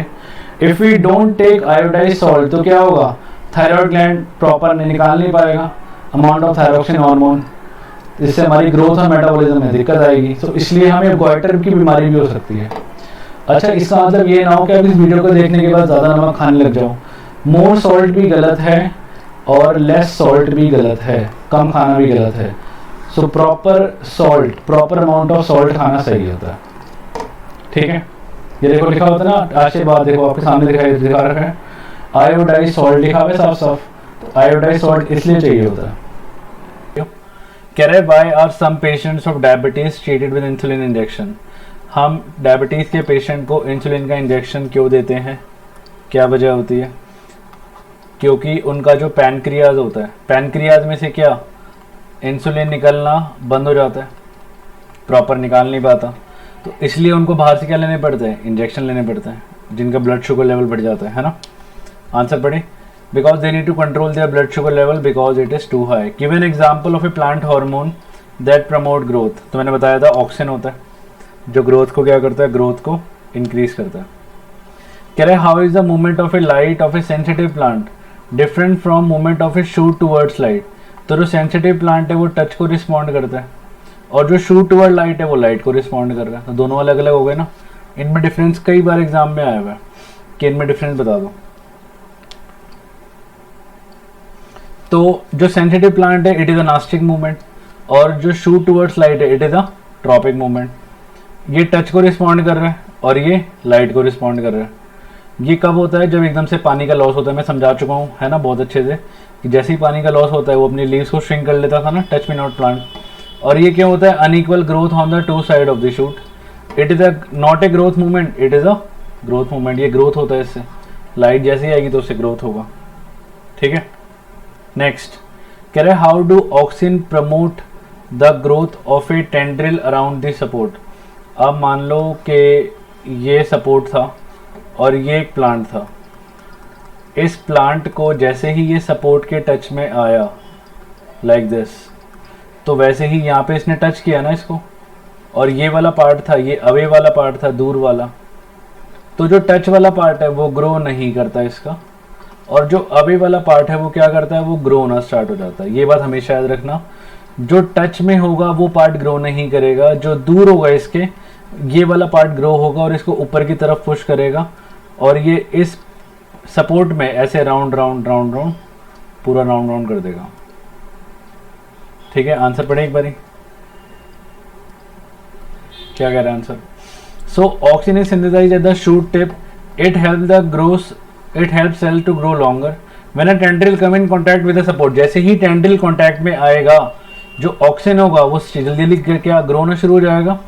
और the cell on the opposite side, इस बात को हमेशा याद रखना कि वो हमेशा ऑपोजिट साइड में होता है। So that tendril form a coil around the support, this makes the tendril appear as a watch spring. देखो कुछ ऐसे ये दिखा रखा है इसमें, कुछ ऐसे इस टाइप से क्या होगा, ऐसे राउंड राउंड राउंड होना शुरू हो जाएगा ये। ठीक है, next what happen when growing plant detect light. जैसे ही ग्रोइंग प्लांट लाइट को डिटेक्ट करेगा क्या होगा, जैसे ही ग्रोइंग प्लांट लाइट को डिटेक्ट करेगा तो क्या होगा, फोटोट्रॉपिज्म होगी ना, वो उसकी तरफ बेंड हो जाएगा। विच हार्मोन इज रिलीज, तो कौन सा हार्मोन निकलता है जब वो ग्रोइंग, ऑक्सिन बताया था मैंने आपको। अब आप मान लो कि यहाँ पे सन है, यहाँ पे ये प्लांट है, और जैसे ही इसने सन को रिस्पॉन्ड किया तो इसका जो शूट था इट विल बेंड, कैसे बेंड हो गया, टुवर्ड द सन, और जो रूट था it will bend away from the sun. आपको अगर पेपर में क्वेश्चन पूछता है कई बार कि ऑक्सिन कहाँ निकलेगा, तो ऑक्सिन हमेशा शेडी पार्ट में निकलेगा। कहाँ निकलेगा ऑक्सिन, हमेशा जो इसका शेडी पार्ट है, छाया वाला पार्ट। ऑक्सिन कभी भी सन की साइड नहीं निकलता, ऑक्सिन हमेशा कहाँ निकलेगा, शेडी पार्ट में। ठीक है, आंसर पढ़े एक बार। तो क्या कह रहे हैं, when a growing plant detect light, a hormone called auxin synthesise at the shoot tip, it help the cell to grow longer. When light is coming from one side, जब लाइट एक side से आ रही होती है of the plant, auxin हमेशा उसके shady side में निकलता है। This concentration of auxin stimulate the cell to grow longer on the side of the shoot which is away from the light. तो जो उससे दूर होगा उसको ग्रो करना शुरू कर देगा, इसलिए ऐसा लगेगा कि प्लांट उसकी तरफ बेंड हुआ हुआ है। आप मान लो यहाँ पे सन है और यहाँ पे अगर वो ऑक्सिन निकला तो ये वाला ऊपर वाला पार्ट ऐसे ग्रो हो जाएगा, इसकी तरफ ऐसे ग्रो होना शुरू कर देगा और ऐसे लगेगा कि वो सन की तरफ बेंड हो चुका है, देखो ऐसे। ठीक है, आगे कह रहा है design an experiment to demonstrate hydrotropism. Hydrotropism को हम कैसे डेमोन्स्ट्रेट करेंगे, तो देखो एक बार एक एक्सपेरिमेंट समझते हैं। ये दो बीकर लिए हमने, beaker A and beaker B. एक में पानी लिया, एक में कोई पानी नहीं लिया, एम्प्टी लिया। हमने यहाँ पे जर्मिनेटिंग सीड डाल दी। ठीक है, एक ये पाइप लगा दिया, ट्रांसपेरेंट सा पाइप प्लास्टिक का लगाया ताकि मॉइस्चर बाहर ना जाए। तो हम नोटिस करेंगे, सपोज ये जो सीड्स है, सीड्स का जो रूट्स होता है वो हमेशा किस साइड पे निकलना शुरू हो जाएगी, वाटर वाली साइड पे, है ना। आपको ये दिख भी रहा होगा, ये जो सीड्स है इनका जो रूट होगा वो किस साइड निकलना शुरू हो जाएगा, पानी की साइड से। तो क्या दिखाता है, हाइड्रोट्रोपिज्म। हाइड्रो का मतलब क्या होता है, हाइड्रो मीन्स वाटर। तो किसको रिस्पॉन्ड कर रहा है ये, पानी को। इसलिए मैं क्या बोलूँगा, इट इज़ नोन एज, इसको हम कहते हैं हाइड्रोट्रोपिज्म। ठीक है। Take 2 small beaker A and B, fill beaker A with water, now make a cylindrical shape roll from a filter paper and keep it as a bridge between beaker A and beaker B. है ना, ये हमने रख दिया paper roll लगा के, ए और B के बीच में ब्रिज सा बना दिया। Attach a few germinating seed in the middle of the filter paper bridge, now cover the entire setup with a transparent plastic container so that moisture is retain, ताकि moisture बाहर ना जाए। हम क्या नोटिस करेंगे, वी विल ऑब्जर्व जो roots हैं germinating seed की वो ए की तरफ ग्रो होगी, क्योंकि ए में पानी भरा हुआ है, ए में क्या है, वाटर है, और बी में नो वाटर, कोई वाटर नहीं है। तो इसलिए जो सीड्स का जो रूट्स होगा वो हमेशा पानी की तरफ होगा। ये क्या दिखाता है, इट विल शो हाइड्रोट्रोपिज्म। ये देखो कुछ ऐसे दिख रहा है आपको, ये रूट्स दिखाई दे रही है, चेक करो, है ना। This experiment show hydrotropism. अच्छा नेक्स्ट कह रहा है, how does our body respond जब एड्रिनल हमारी बॉडी में सिक्रीट होता है। जब हमारी बॉडी में एड्रिनल निकलना शुरू होता है तो हमारी हार्ट बीट फास्ट हो जाती है ना, बताया भी था मैंने, हार्ट बीट फास्ट हो जाती है, और क्या हो जाता है, हमारी बॉडी को ज़्यादा से ज़्यादा मोर ऑक्सीजन मिलना शुरू हो जाता है, और क्या होता है, और इसके बाद हमारी बॉडी को एक रिस्पॉन्ड करना होता है, क्योंकि वो रिस्पॉन्ड किसकी तरफ करेगी कि भाई उसको या तो डर लग रहा होगा, ठीक है, फ्राइट एंड फ्लाइट कहते थे ना, या फिर उसको उससे भागना होगा। तो इस तरह से हमें पता लगेगा कि हमें रिस्पॉन्ड कैसे करना है। एक बार आंसर पढ़ते हैं इसका, क्या कह रहे हो। एड्रिनल एक हार्मोन होता है सिक्रेटेड बाय एड्रिनल ग्लैंड, और ये पेयर में होता है ना, इन केस ऑफ एनी डेंजर और इमरजेंसी और any kind of stress it is secreted directly into the blood, directly किसमें मिक्स होता है, ब्लड में, और दूसरे बॉडी पार्ट्स तक वो लेके जाता है। जब ज़्यादा ये निकल जाता है तो एकदम से क्या करता है, हार्ट बीट को इंक्रीज करना शुरू कर देता है, और ज़्यादा से ज़्यादा आपकी बॉडी में क्या जाना शुरू हो जाता है, ऑक्सीजन, आपकी सांस फूलने लग जाती है एकदम से, है ना। द ब्रीथिंग रेट भी बढ़ जाती है हमारी, क्योंकि हमारा डायफ्राम कॉन्ट्रैक्ट हो जाता है। It also increase the blood pressure बढ़ जाता है, और इन सारे रिस्पॉन्स से हमें पता लगता है, इन सारे रिस्पॉन्स इनेबल करते हैं हमारी बॉडी को कि हम उससे कैसे डील करेंगे, स्ट्रेस से, इमरजेंसी से। भाई आपने उससे भागना है, अब एग्जाम्पल ले लो, आपको कोई सपोज मैं एग्जांपल दे देता हूँ, 12th का कोई स्टूडेंट आपको सपोज लड़ने आया, 12th का बच्चा 10th क्लास के बच्चे से, तो आपके पास दो ऑप्शन है ना, या तो उसको फाइट बैक करो या फिर रन करो। तो ये एड्रिनल ही बताएगा आपको कि हमें करना क्या है। एकदम से सांस फूल जाएगी, ऑक्सीजन मिलेगा, बट ये एड्रिनल आपको फाइनल रिस्पॉन्ड देता है कि आपको उससे लड़ना है या भागना है ना। सो नेक्स्ट कह रहा है विच ऑफ द MCQ है, इनमें से कौन सा प्लांट हार्मोन है। इंसुलिन तो आपको पता है पैनक्रियास से निकलता है, प्लांट में नहीं निकलता। थायरॉक्सिन भी आपको पता है थायराइड ग्लैंड से हमारी बॉडी से निकलता है। ऑएस्ट्रोजन गर्ल से निकलता है। तो आंसर इज साइटोकिनिन। कह रहे brain is responsible for thinking, yes. Regulating the heart beat, ठीक बात है। बैलेंसिंग द बॉडी, तो answer will be all of the above. क्या आंसर होगा, ऑल ऑफ द अबव। अगला कह रहे हैं जो गैप होता है ट्यू न्यूरॉन के बीच में, मैंने बताया था क्या कहते हैं उसको, साइनैप्स कहते हैं, ठीक है। Next, what is the need for a system of control and coordination. Control coordination की नीड क्या है हमें। सपोज अगर प्लांट में कंट्रोल कोऑर्डिनेशन नहीं होगा तो क्या वो लाइट को रिस्पॉन्ड कर पाएंगे, नहीं कर पाएंगे। क्या अगर लाइट को रिस्पॉन्ड नहीं करेंगे क्या वो ग्रो हो पाएंगे, वो ग्रो भी नहीं हो पाएंगे। क्या फ़ायदा फिर। अगर वो एनिमल में नहीं होगा तो सपोज आप अपनी जो डेंजर सिचुएशन में क्या अपने आप को सही रख पाओगे, नहीं रख पाओगे। क्या आप थिंकिंग सोच पाओगे, आपने सोचा कि मैंने वॉक करना है और आप वॉक कर पाओगे, आप वॉक कर ही नहीं पाओगे क्योंकि कंट्रोल कोऑर्डिनेशन सिस्टम ही नहीं है, तो हम सर्वाइव ही नहीं कर सकते, है ना। आंसर पढ़े। So an organism need a system of control and coordination for its survival. Plant को चाहिए होता है CO2 H2O सनलाइट, क्यों, क्योंकि इनकी बॉडी में एक हार्मोनल सिस्टम होता है जो कंट्रोल करता है। सोचो अगर ये हार्मोनल सिस्टम ना हो तो स्टोमेटा ही ओपन ना हो, है ना। एनिमल्स को क्यों चाहिए होता है, एनिमल्स को कंट्रोल कोऑर्डिनेशन चाहिए होता है हमारे एक्शंस लेने की वजह से, सोचने के लिए, बिहेवियर के लिए। और इन रिस्पॉन्स से हम क्या करते हैं, जो बाहर का जो एनवायरनमेंट है, स्टिमुलस है, उसको रिस्पॉन्ड करते हैं और अपने आप को बचाते हैं, या फिर उससे हम भाग जाते हैं। बचाते भी हैं और भाग भी सकते हैं, ठीक है। तो ये हमें क्या करता है, एक तरह से हमें प्रोटेक्ट करने का भी काम करता है। अगला कह रहा है compare and contrast nervous and hormonal mechanism for control and coordination animals. So nervous mechanism जो होता है वो न्यूरॉन कंट्रोल करता था, याद है, न्यूरॉन से जाता था, और हार्मोन कौन, हमारे ब्लड से जाता था, ये नर्वस सिस्टम जाता था, ब्लड से जाता था, है ना। एक बार आंसर पढ़ते हैं इसको भी, क्या कह रहा है। इन्फॉर्मेशन कहाँ जाता है, मैंने बताया ये इलेक्ट्रिकल इम्पल्स की फॉर्म में जाता है और वो केमिकल मैसेंजर्स की फॉर्म में जाता है। मैसेज जाता है नर्व फाइबर के थ्रू, ये मैसेज जाता है ब्लड स्ट्रीम के थ्रू। जो इफेक्ट होता है मैसेज का वो बहुत छोटे टाइम के लिए होता है, और ये जो इफेक्ट होता है बहुत लंबे टाइम के लिए होता है। जो फ्लो होता है इन्फॉर्मेशन का वो रैपिड होता है, क्विक होता है, और जो फ्लो होता है वो क्या होता है, स्लो होता है, क्योंकि आपको पता है हार्मोनल सिस्टम से हार्मोन निकलेगा और वो धीरे धीरे आपकी बॉडी में चेंजेस लाता है। जैसे सपोज आपकी हाइट इंक्रीज करना हो गई, और भी कई चीज़ें हो गई, तो ये सारी स्लो होती है ना, एकदम से तो होती नहीं है। ये न्यूरॉन से बना होता है और ये सिक्रीटरी ग्लैंड से बना होता है, ठीक है।